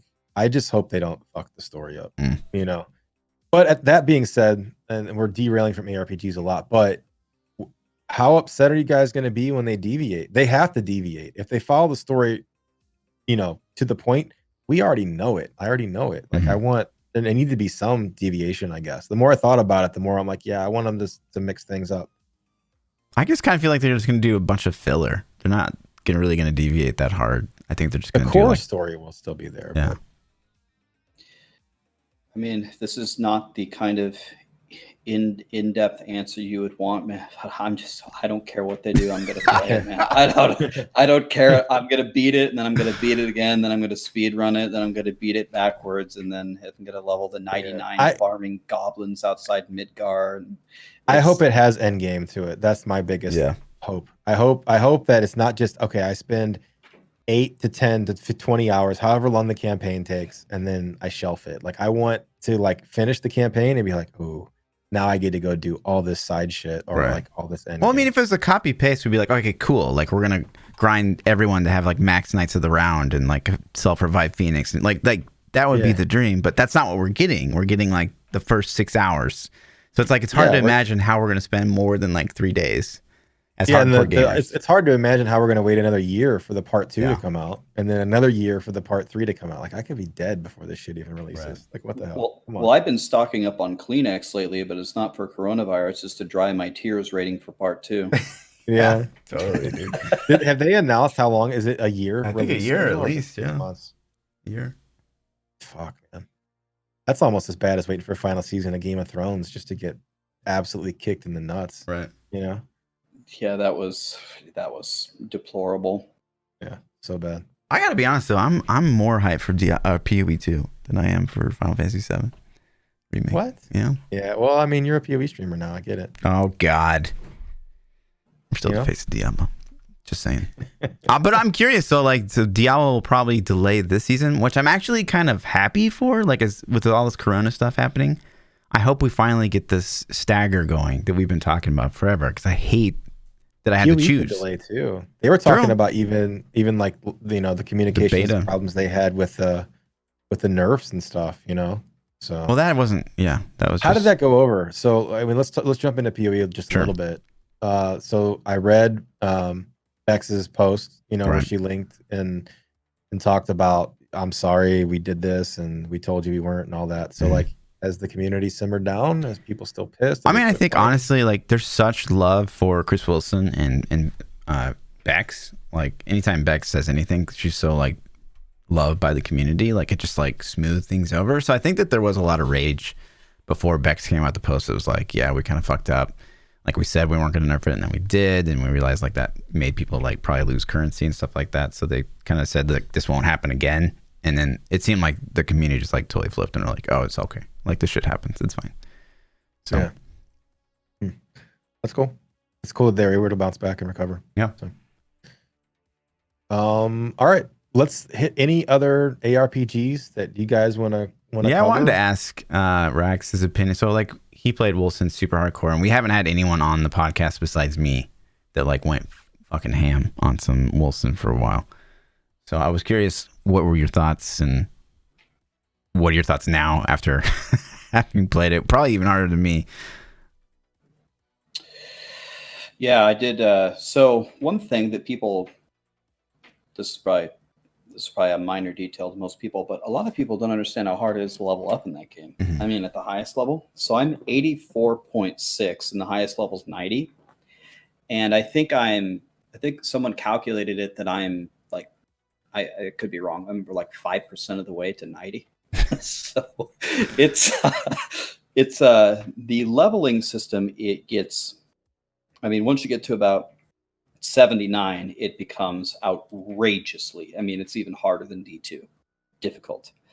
You know, a lot of the things that a lot of people crucified the game for, I tried my best to let it go, even though it was obviously a huge bother.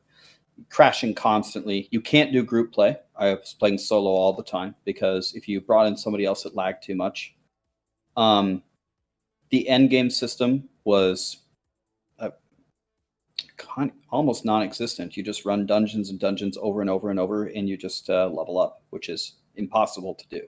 So once casuals figure that out and they get that far, I don't know what incentive they're going to have to play. Mm-hmm. You could get knocked out of the map. You can get infinitely CC'd by the Untainteds. And it's kind of a complicated game where you can only use certain abilities with certain items on. But in very, very specific scenarios, you can find items that enable you to use different skills that you wouldn't be able to use. And when you can do that, you can do crazy things like crowd control the whole map and apply stasis. When you apply stasis, when you're a melee character, you can take a node that makes you do outrageous damage. But then it's very hard as a streamer to teach your viewers when they see you smashing the highest level content. How are you doing that? How are you grouping them up? How are you using that skill? How are you applying stasis? Well, you have to run this super hard thing and you have to not die. And at the end, you have to get this certain item and then you have to craft it this way. Mm-hmm. And then you got to take all these runes and then you got to spec a completely different way. So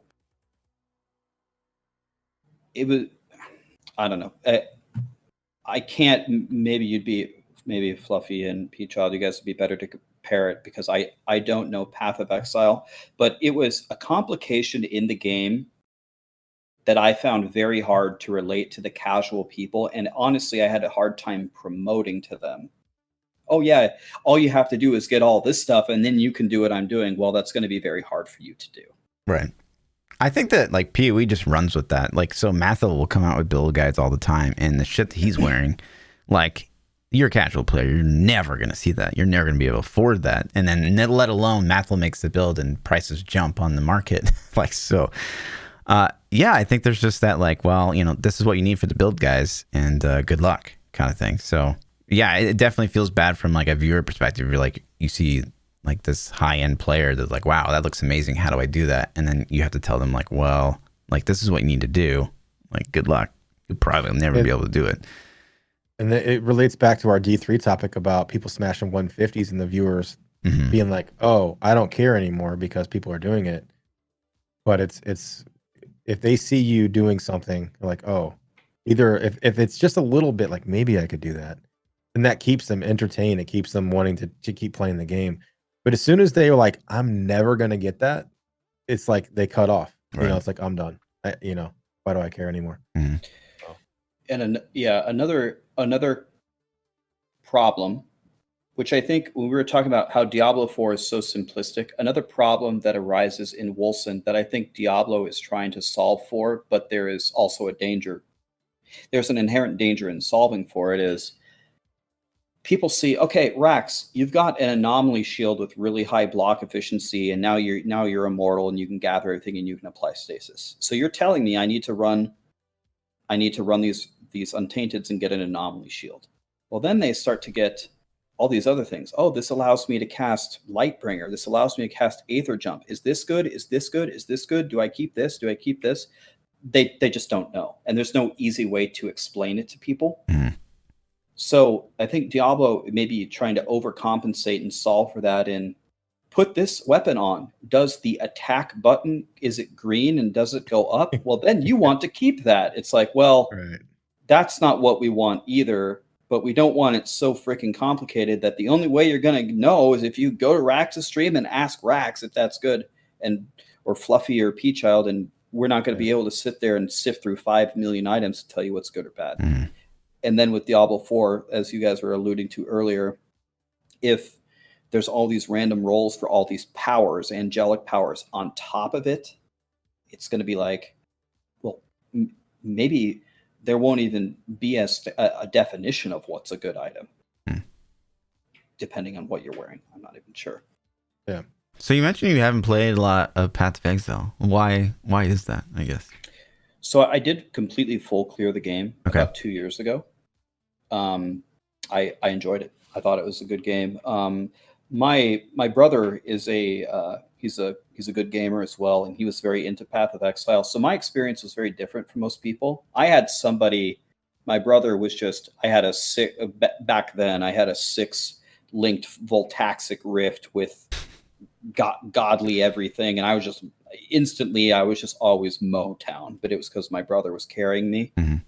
I have no idea what it's like to actually start up and build a character and do my own research. And so I didn't even get the right experience. The thing for me about Path of Exile, the reason why I like Diablo because of the nostalgia. That's probably the main thing. The one thing about PoE that makes it very hard for me to play is when I turn on the game and I look at the graphics, my eyes say, wah. It's like, this game was made in like the 1980s or something. And I heard that Path of Exile 2 is going to come up with a graphic improvement. It's a really dumb reason to not like a game, but can you still play Diablo 2? I can. I love Diablo 2. What the fuck? See, That man? makes no sense. But okay. Anytime I see Diablo 2, I want to vomit. I can't do it. But Diablo 2 is Diablo 2, though. You know what I'm saying? I No. know. It's like I get it, man. I because like so Final Fantasy VII is that game for me. Like I think everybody has that one game. I could still play Final Fantasy VII today, and I don't give a shit about the graphics. It doesn't bother me at all. But There's man, no I game saw like Fluff trying to play Diablo 2 the other day, and literally I was like, ugh, like I couldn't take it, man. I was like, oh man, couldn't do it.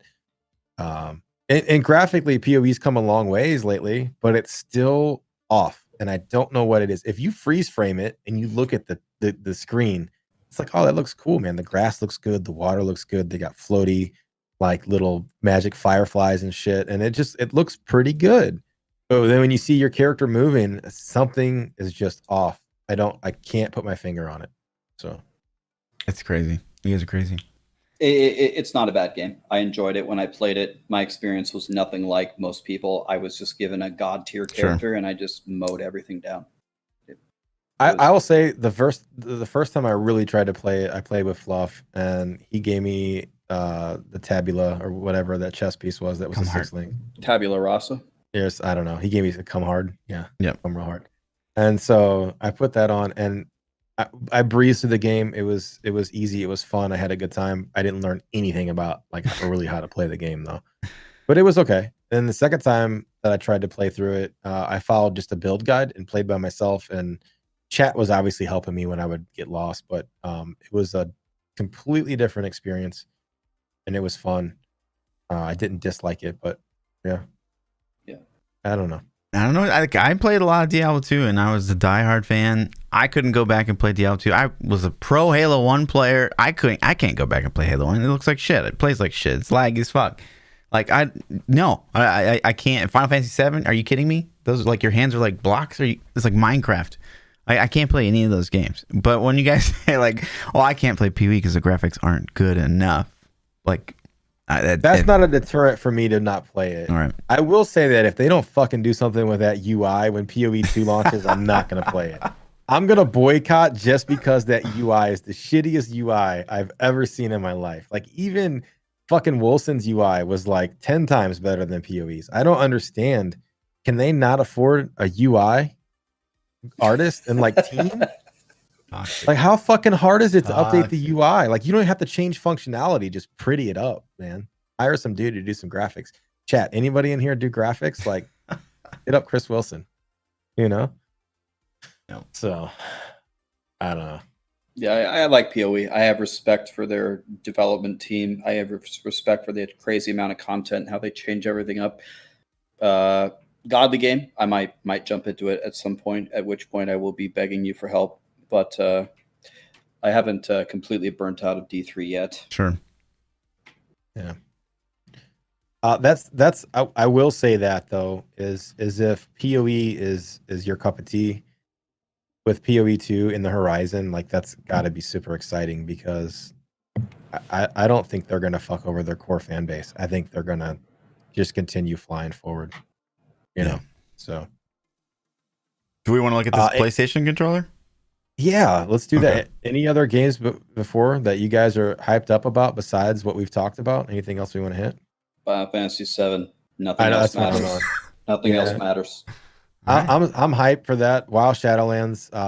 I'm kind of excited for that a little bit. even That's though it's going a into little beta ways off. soon, right? Like they came out. I don't know. I won't play the beta if it does because it'll ruin. I Mm. think it just takes away the experience of launch day for me personally. Okay. And then Cyberpunk. I'm excited for Cyberpunk 2077 eventually. Right then. All right. Yep. Let's look at this Check out the controller. What is this thing? You know, this reminds me of like Portal. You can click it and it's a pretty high res image actually. Reminds me of like Portal. You can like shoot. If this was orange, it'd It be like the does. Portal gun. So there's also a side view. Like that view right there made me go, ugh. And I think it looks really horrible. There's still But two when you look triggers at it on from both the sides. side view, yeah, there's a side one that looks. Well, let me go back. Oh, it's a different tab. Never mind. Mhm. Okay. That looks pretty good. And my problem, I have bigger hands, and so I don't want a tiny ass controller. So I feel like this one's a little larger than the other one. Mm. So that's kind of cool. They apparently the technology they put in it, they added a resistance mechanism to the triggers.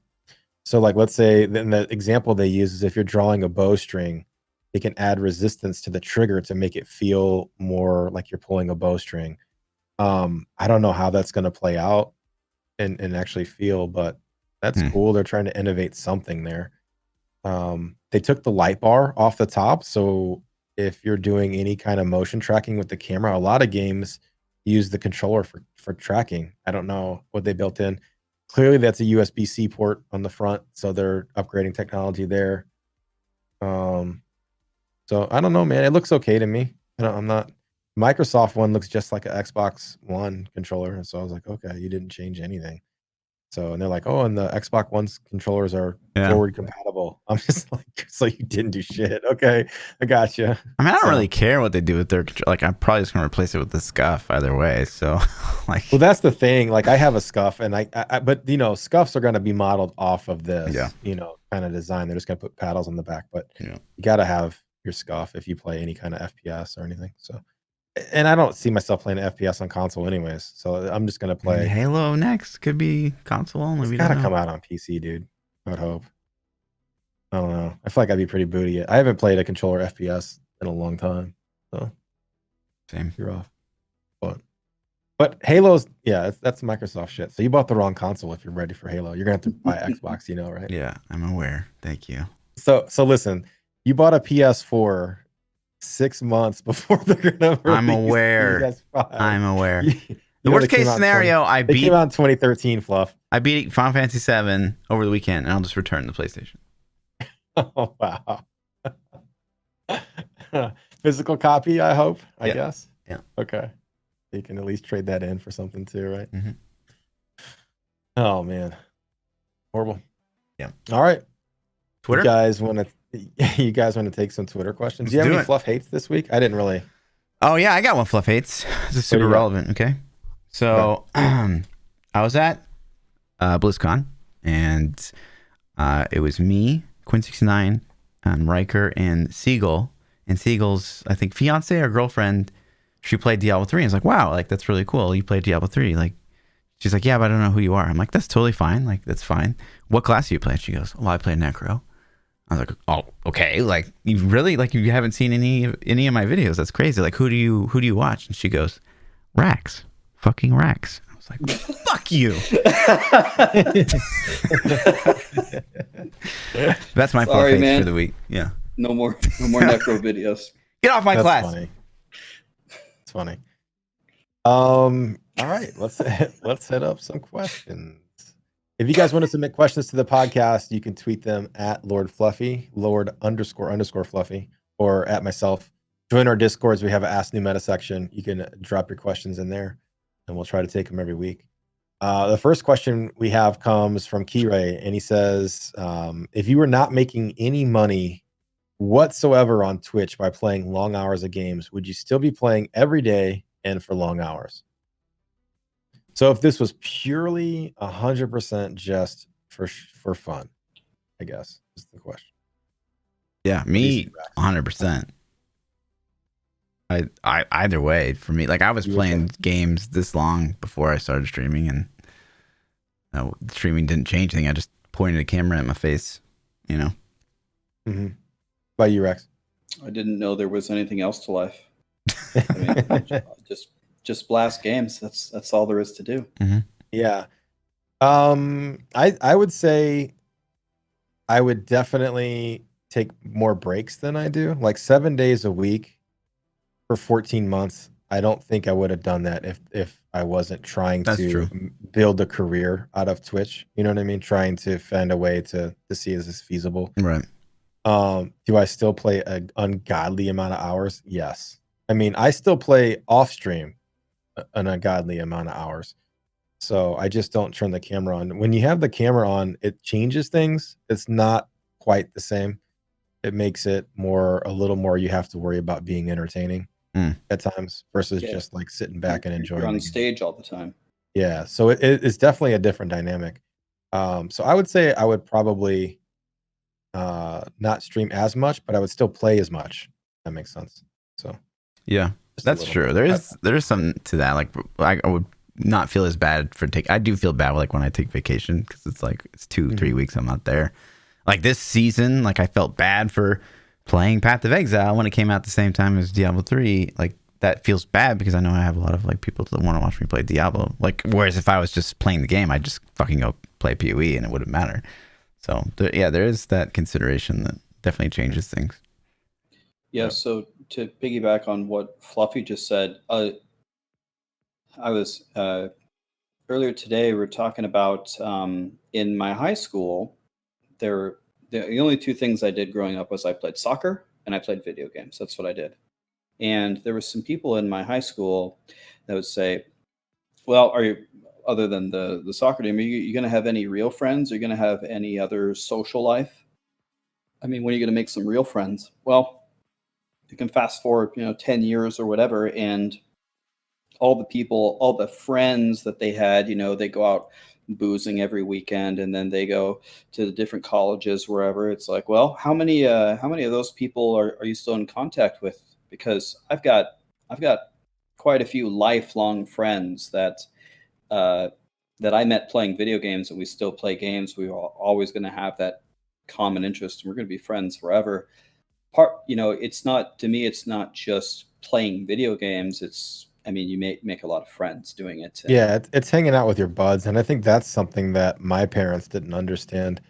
Because I have a younger brother that's like 9 years younger than me. So as I was in, graduating high school and going into college, he was just starting to hit like junior high level, just kind of starting to be old enough for me to be like, all right, dude, you can start to hang out a little bit. And so I got him into World of Warcraft when it, in 2004 when it came out. And my mom was so pissed off. She was like, he's not going to make any friends. All he wants to do is sit there and do raids and do this and that. And all that kind of shit. And like, we still play games together. Like, it's hanging out with your buds. It's not just like you playing Super Mario, in your room by yourself all day. And I think the social aspect is a lot of people don't get it. You know what I mean? So, yeah. So exactly. Johnson's Light 02 says, in what scenario would you guys stream Minecraft Dungeons on release? I don't know who makes Minecraft. Whatever company makes them, if they came to me and they're like, we're going to sponsor the fuck out of your stream, I would be like, okay, maybe. Let me see. What are we talking here? That's about it. That's probably the only scenario, or unless I lost a bet to Fluff about some dumb shit, Yeah, man, that's a terrifying thought, to be honest. Like, I was so relieved, honestly. I was relieved. Someone like linked a clip and like the inventory slots, they had like literally like 2 inventory slots. I was like, oh, thank God. Because I was so fearful of a landscape where the best ARPG on the market is fucking Minecraft Dungeons. I was like having nightmares. I'd wake up in like hot sweats thinking about that, like how I'd have to change my audience and like I'd have to do the pon every day because I got like 5-year-olds watching. I was just freaking out. So I'm so excited that it's probably going to be a garbage game. Yeah. So I've never played Minecraft before, so I don't know. When it comes out, shoot me a message. Maybe I'll jump on and see what it's all about. I'll try anything once. Rax is secretly like, fuck, I was going to play that. I Yeah. can't admit to it now. I was like, I'm changing my answer now. He's like, I can't admit to it now, dude. Maester Maja says, would you like to see area damage be reintroduced in D4 if it was more consistent, or should it be left behind in D3? Should absolutely be left behind. Area damage has been the bane of my existence. It makes builds way more powerful than they should be, and it lags the game. I mean, if they can figure out their engine problems, then we can talk about area damage, but I was so glad to not see that stat anywhere on any piece of anything in Diablo 4. I think it's caused the developers so many problems. I don't think there's any chance we see area damage again. Yeah. I agree. Yeah. You're probably right. It won't be there because of that, but we talked about like all the ways to scaling damage, and so like area damage is a way of scaling damage. I'm kind of down for it. It's like I want to hit something and then everything around it gets a little bit hurt. I mean, I think the ways of doing damage is good, so I wouldn't want to see them take anything out. But like if it causes like the lag that it causes now, like, oh God, no, please no. But yeah, hopefully they figure all that out, right? Like, so Wilson, you do too much damage over time, you fucking fall through the world. Like what? You know, like hopefully they have all that stuff worked out. Yeah, I still want to see skills in the game like Meteor, for example, that hit a big area of players. Now, that's not necessarily area damage in the form that we see it in D3, but there still needs to be like area effect abilities and stuff. And there will be, I'm sure, but not in its current state in D3 now. And I think hopefully it's an eye-opening thing for them in D3. It's seeing what area damage does to the game. I think they got to be like, okay, we can't ever have this happen again. How can we fix that shit? Yeah, I agree. I mean, AoE and splash damage should definitely be in the game. Just for the love of God, don't completely reintroduce area damage as they released it in Diablo 3. Yeah. Demonic Grizz says, being as you both make a living using computers, let's say they didn't exist, what career would you see yourself choosing to make a living? Fluff and I are both in kind of IT, you know, software engineer and IT here. I don't know what you did before, Rax, but if, you know, let's say you had to switch it up, you're a full-time Twitch streamer now, what would you do if you didn't have a computer to stream? What's your career? So are we answering this what I would like to do or what I would do? What you're just graduating high school. What are you going to choose? What are you going to pursue? College. So my degree is in mathematics, so I would probably, if I could do it again, I'd probably just be an actuary, because an actuary is a mathematician that just makes more money. So I'd probably go back to being an actuary, which is what I did before I was in the actuarial and the product department of an insurance company before I left. That sounds horrible, by the way. Yeah, I'd probably just go crunch some numbers. Yeah. All right. What about you, Fluff? So I can't have anything to do with the computer at all. Well, I mean, we'll see. I mean, can I still like video edit? No. Okay, fuck you. I mean, I want to do something with traveling. I guess I could be a travel agent or something. There you go. Travel agent. Yeah. All right. But you? God, I don't know. My everything in my world is computer related. Same. Like everything. So, hypothetically, I'd be a race car driver. I mean, we're shooting big here. It'd be fun as hell, and I like to do dumb shit and go fast. So, if we could do anything, one thing that I thought I might do when I was a very young kid, this opportunity. I had a surgery on my ear when I was 11, so I that opportunity was gone when I was 11. I would definitely volunteer as a one-way ticket to be the first astronaut to go to Mars. If they're ever going to send people, I'd A one-way ticket. You're like, fuck it, I'll go die on Mars. Yep, I'll do it. That's ballsy. There's no way. We're going to stream it every day for 10 years till we get to Mars. But you just get reported for self-harm. So NASA owns that. You get monetization strike. Monka TOS. Yeah. So, where are we at? Let's see. Gutless Vermin says, if Blizz came to you and asked you for one thing 100% want in D4, what would it be? I can answer for Fluff. Can I answer for you, Fluff? If you say Necro. You can't say Necro, dude. Okay. One thing in D4. You guys have anything? It's hard. You got something, Rax? Yes. Okay. The one thing that I want more than anything by far, you can take away everything else, is I want a godly endgame system. That's what I want.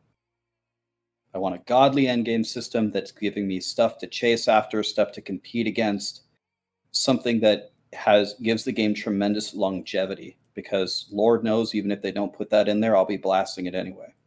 So I need an endgame system that is deep and complex and lasts a long time. I'd take that over anything else. I agree with you with that, and tack on variety to that too. Like, I don't want, obviously that's part of it, but a huge variety would be cool. I'll come up with my own though, but that's a good one. Couch co-op for sure. Yeah. Solid. Yeah. What do you got? Gosh. I mean, I guess SSF, man. I would really like an official SSF.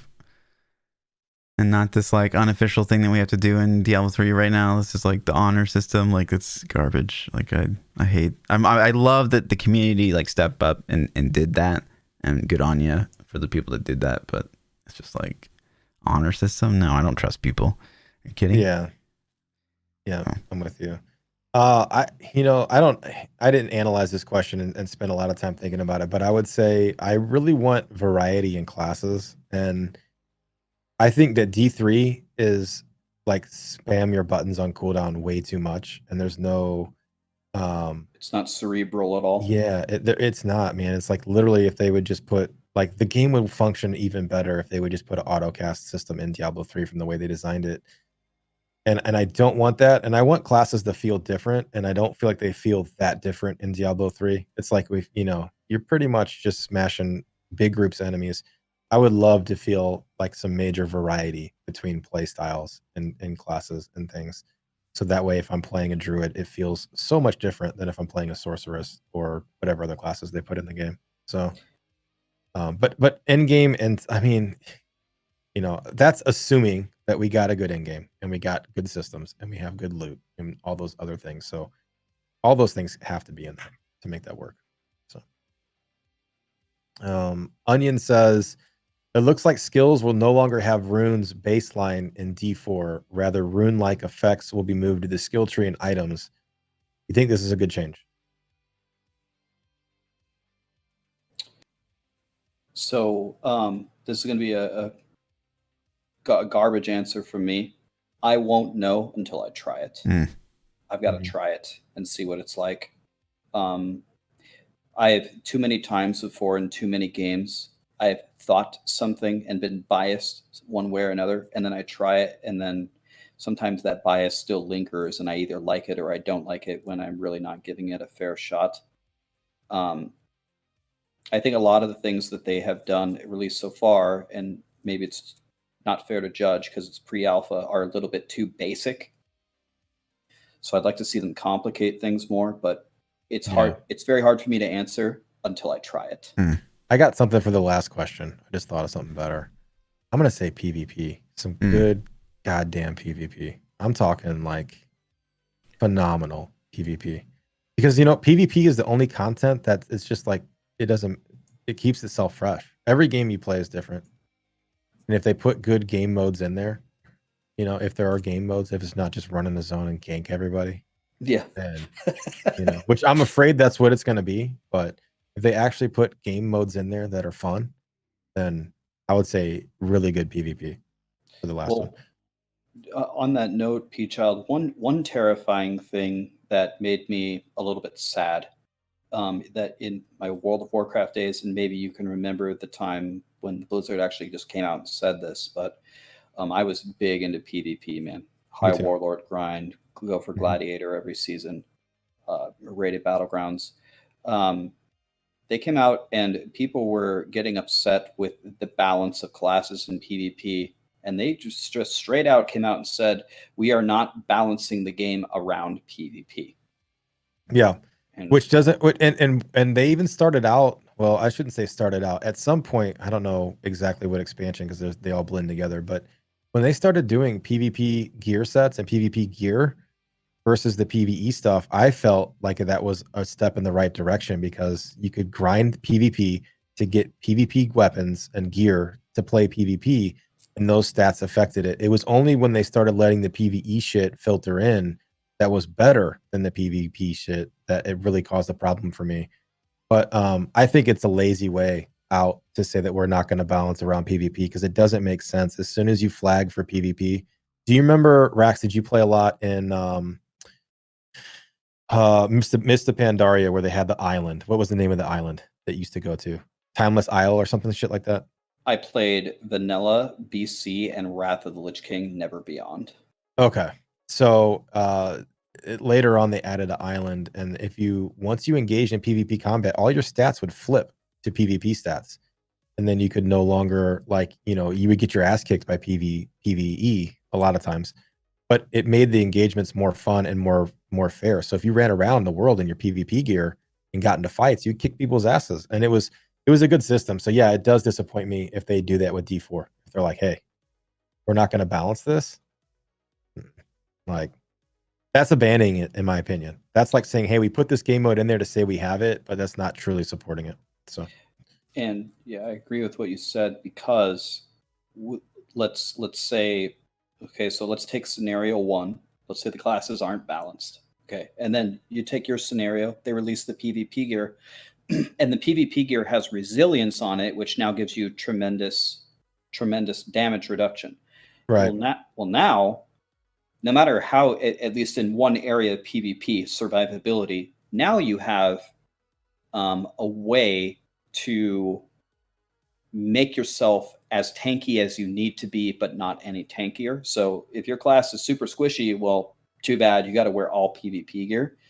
But if your class was kind of squishy, you could wear maybe half and half and try to throw some PvE gear on if you were feeling brave, at least back when I quit. But you said it was a step in the right direction. I think it definitely was, because now all of a sudden the classes that are just getting one-shotted all the time, well, there's no excuse now. You can put on full resilience gear and you'll be just fine. Right. Yeah, they can definitely, there's ways to balance it. So anyway, back to the other thing. Do we think that the runes not being baseline on the skills? Yeah, it depends on their system. Like, you can't really. I will say, the rune system sucks in D3. PoE, when it first came out, and I saw okay, so links skills, they're gonna be skills, and then you're gonna link stuff to them. I do remember being like, okay, wow, on paper that looks really good, and then obviously in practice it was pretty great. But I do remember reading runes and be like, well, there's gonna be a best one, and you're probably never gonna use the other ones, and that kind of came to pass. So yeah, I don't like how they're doing things right now, obviously, and so anything that gets away from that, I hope that Diablo 4 has some better ideas in that regard. Yep. LV Winch says Rax seems to favor Necro also, or there'll be a friendly competition between Lord Fluffy and Rax with Necro. Shit. Maybe next season. I don't know exactly when the time frame is, but maybe I missed that part of the question. I don't know. Maybe they in Diablo 4 or Diablo 3? What are we talking about here? Yeah. I don't know. No. Diablo 3, I can't keep up with Rax's machine style grinding 150s. Are you kidding me? You just grind those Paragon. Maybe they put a Paragon cap in. Yeah, now we're talking. Let's go, baby. I'm too scared. I back out. Smart. Right. Smart. Binary says, have any of you played Control Remedy yet? I have no idea. I didn't know what that is. Yeah. I have no idea. I'm gonna Google it real quick to see what it's like. Rax, you heard of it? Control Remedy? Yeah. Is this a Diablo 3 thing? I don't know. No. It's got to be Path of Exile, I'm guessing. It looks like a scary third person shooter game. I have no idea. It's a whole new game. Yeah, I don't know. I know nothing about this, so the answer is no for me. Yeah. So Same answer as Minecraft. Send it to me. Maybe we'll play it. maybe. Filthy Casual says, "What would you like to see season 20 theme incorporate? Would you like to see the season 20 theme incorporated into a legendary gym if possible? Gym of cube, whatever you want." I hate that. Gem of cube of whatever you want. Well, I don't know how you would put that in a gym. Yeah, it'd be like rolling over, like what they did with LOD. Like LOD became a gem because people. I don't know how you can make a gem do that, but how could you not? What do you mean? A legendary gem? You just socket it in your rings and you can put whatever you want in the cube. And then it reopens your cube up. Okay, and then that's all it does. It does nothing else. Yep. Or maybe it does something else. I don't know. Well, I mean, I think we would be confronted. So, I could be wrong. Feel free to disagree with me, but I think big credit to Blizzard. This is not a diss. I think we're approaching the end of the new stuff that we're going to get for Diablo 3. We're getting all these new sets. We're getting all these new seasonal buffs. So when we get the new Necro and the DH set, I'm not expecting a whole new set of stuff before Diablo Immortal and Diablo 4 comes out. So with that in mind, assuming everything stays the same, that gem just is an option for Necros, and no other class would take it, right? Yeah. And season 20 is phenomenal for Necros. Like, it feels good. It feels fun.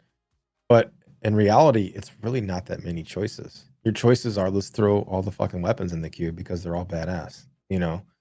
It's like, so, I like this season more than last season. Let's get your opinion on that. What do you feel? What season do you like more? Me? Yeah. You are. Well, last season I was doing GR 150s in 3 minutes. So that was pretty good. Is that fun for you though?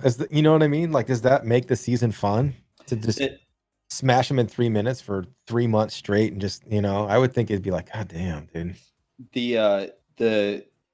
The reason why, so for me, this season compared to last season, but only the buff, I like last season's better. The reason why is this buff is pretty one-dimensional. It helps Necros. Necros, did you guys, anybody see any Necros last season? I sure didn't. And there was a level of planning with last season's buff that could cut your greater if time in half. For example, one thing that was never heard of before, really practically never in previous seasons, was skipping a meteor for a bazooka wizard. You would never do that. You fire a meteor every 32 seconds, and that's what it is.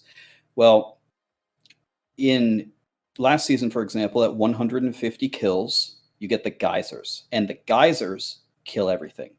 So what you would do is, let's say you open up on some map, a short map, a hell rift, you drop a meteor, you get 80 kills, you go next. You have a festering woods. It's like, oh my God, it's Christmas.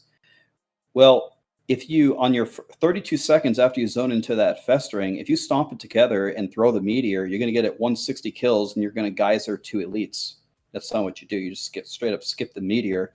You pull the whole map and then you stomp it together, or you probably shouldn't stomp together, drop the meteor, spawn the geysers and the treasure chest, stomp on the geysers, and all of a sudden you just killed 6 elites. You just got a 40 or 50% meteor by purposely delaying. And there are all these little tricks you could do. Like, you could have your Crusader at 390 stacks go next map. You drop a meteor, you meteor shower 5 elites at the end of the battlefields.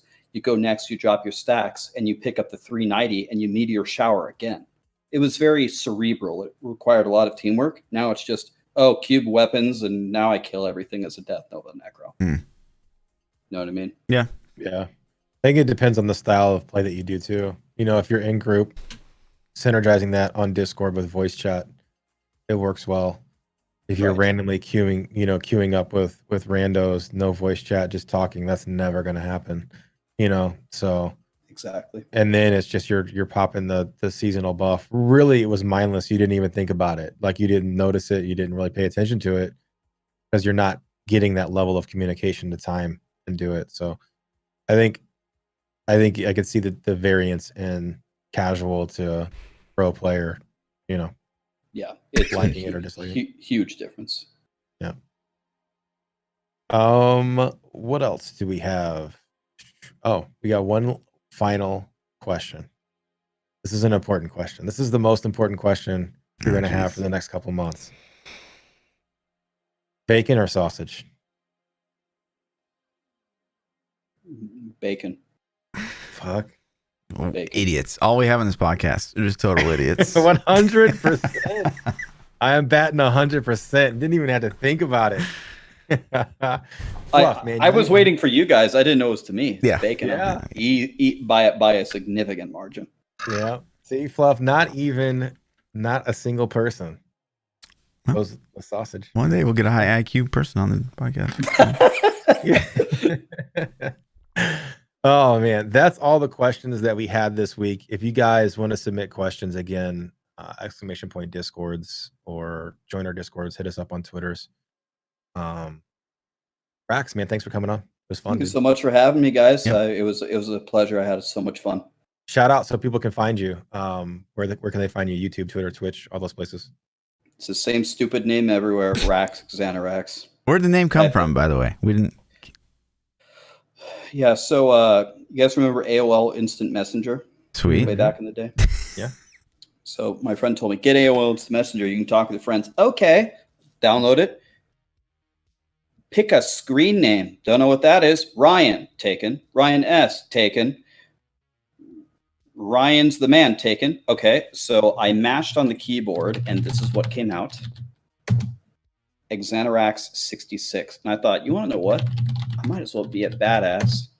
I'm going to put another 6 on there. I didn't realize how stupid that was when I was a little kid. So that was my screen name for like 10 years. When Diablo 2 came out, you would typically put a 3-letter prefix and then a dash for the clan that you played from. And I grew up in Nebraska, but as an inside joke, we called it Nebraska between me and my friends. So my name in Diablo 2 was that, and then in World of Warcraft they didn't allow dashes. And there, that's the Rax is for Nebraska. The rest of it is random mashing. I have the stupidest name ever. It could be ThaPChild, so I mean, I'm not too fond of mine either. I mean, I go ahead and tell a story. Let's just do story names since we all have a story about how we got it. oh, yeah. Mine, I was 13 years old. We had just got internet at our house. And so a buddy came over and we're like, well, let's make some Hotmail accounts. I'm like, all right, cool. So we're sitting down there and we're making Hotmail accounts. And I'm listening to Warren G Regulators. I don't know if you know the song Warren G Regulators. But in that song, Warren G refers to himself as the G-Child. And I'm like, dope. My last name starts with a P. So I'm like, I'm going to make mine P-Child, thinking that'd be cool. Smart. Warren G. 13, made it. And that's it, man. It's, here I am fucking a million years later and I'm still rocking it. So we both had that very young name. Yeah, you're kind of stuck with it. And I thought about trying to rebrand it, but everything I had is like my PlayStation, my Xbox tag. I had AOL Messenger. It's the same, like everything. It's on there. Skype, And so I'm like, I could rebrand when I start. So I started the Twitch stuff and then it started to go okay. And I'm like, man, maybe I should rebrand. And I'm like, it's too fucking late now, man. I'd have to like remake everything. So I'm just stuck with it. Bluff. Easy. So I was, a Halo player, pro. I don't mention this a lot because I'm so humble. And I went by Special K. And during the time, early on, Special K became kind of widely known as a horse tranquilizer, aka a date rape drug. And I picked it because K is like the first initial of my last name, and was my nickname throughout high school. And so I was like, well, I should probably like go with a new nickname. And so just by chance that weekend, we played at this place called MVGL, and the owner was like, you guys can't play together, like me and my team. He's like, you guys can't play together because you just win and then no one will sign up. I was like, okay, fine. He's like, but you guys can play, but you can like make like other teams with like your friends or whatever. I was like, cool. And so me and my buddies thought of like, in Halo 1, it'd be like, you were killed by blank. So people would always do like memes like, you were killed by a log or whatever. And so I was like, well, what would be fun if I was like, if we all did like cutesy names and it's like, you were killed by Fluffy, you were killed by Marshmallow, you know, stuff like that. And so that weekend I played as Fluffy, and like throughout the tournament, like no one knew, like everyone was expecting to see Special K, and they just like saw Fluffy. And I, throughout the tournament, I just like would hear people rage and be like, who the fuck is Fluffy? And like, why does he keep killing me? And it was like, we were just dying laughing. So just like after that, I was like, yeah, this is my name forever. And then over time, the queen herself knighted me. And that's where I got the Lord prefix. So that's my story. Interesting. All right. You can find Rax all the places. Same YouTube, stupid Twitch. name. Type in RA and then hit 1,000,000 X's and Yeah. I should come up. If you want to see more of me, you can find me everywhere: Twitter, Twitch, YouTube, all those places at ThaPChild. Yeah. And I'm Lord_Fluffy. Double those underscores on the Twitter. And we'll see you guys next week minus a Rax. Thank you Peace guys. out.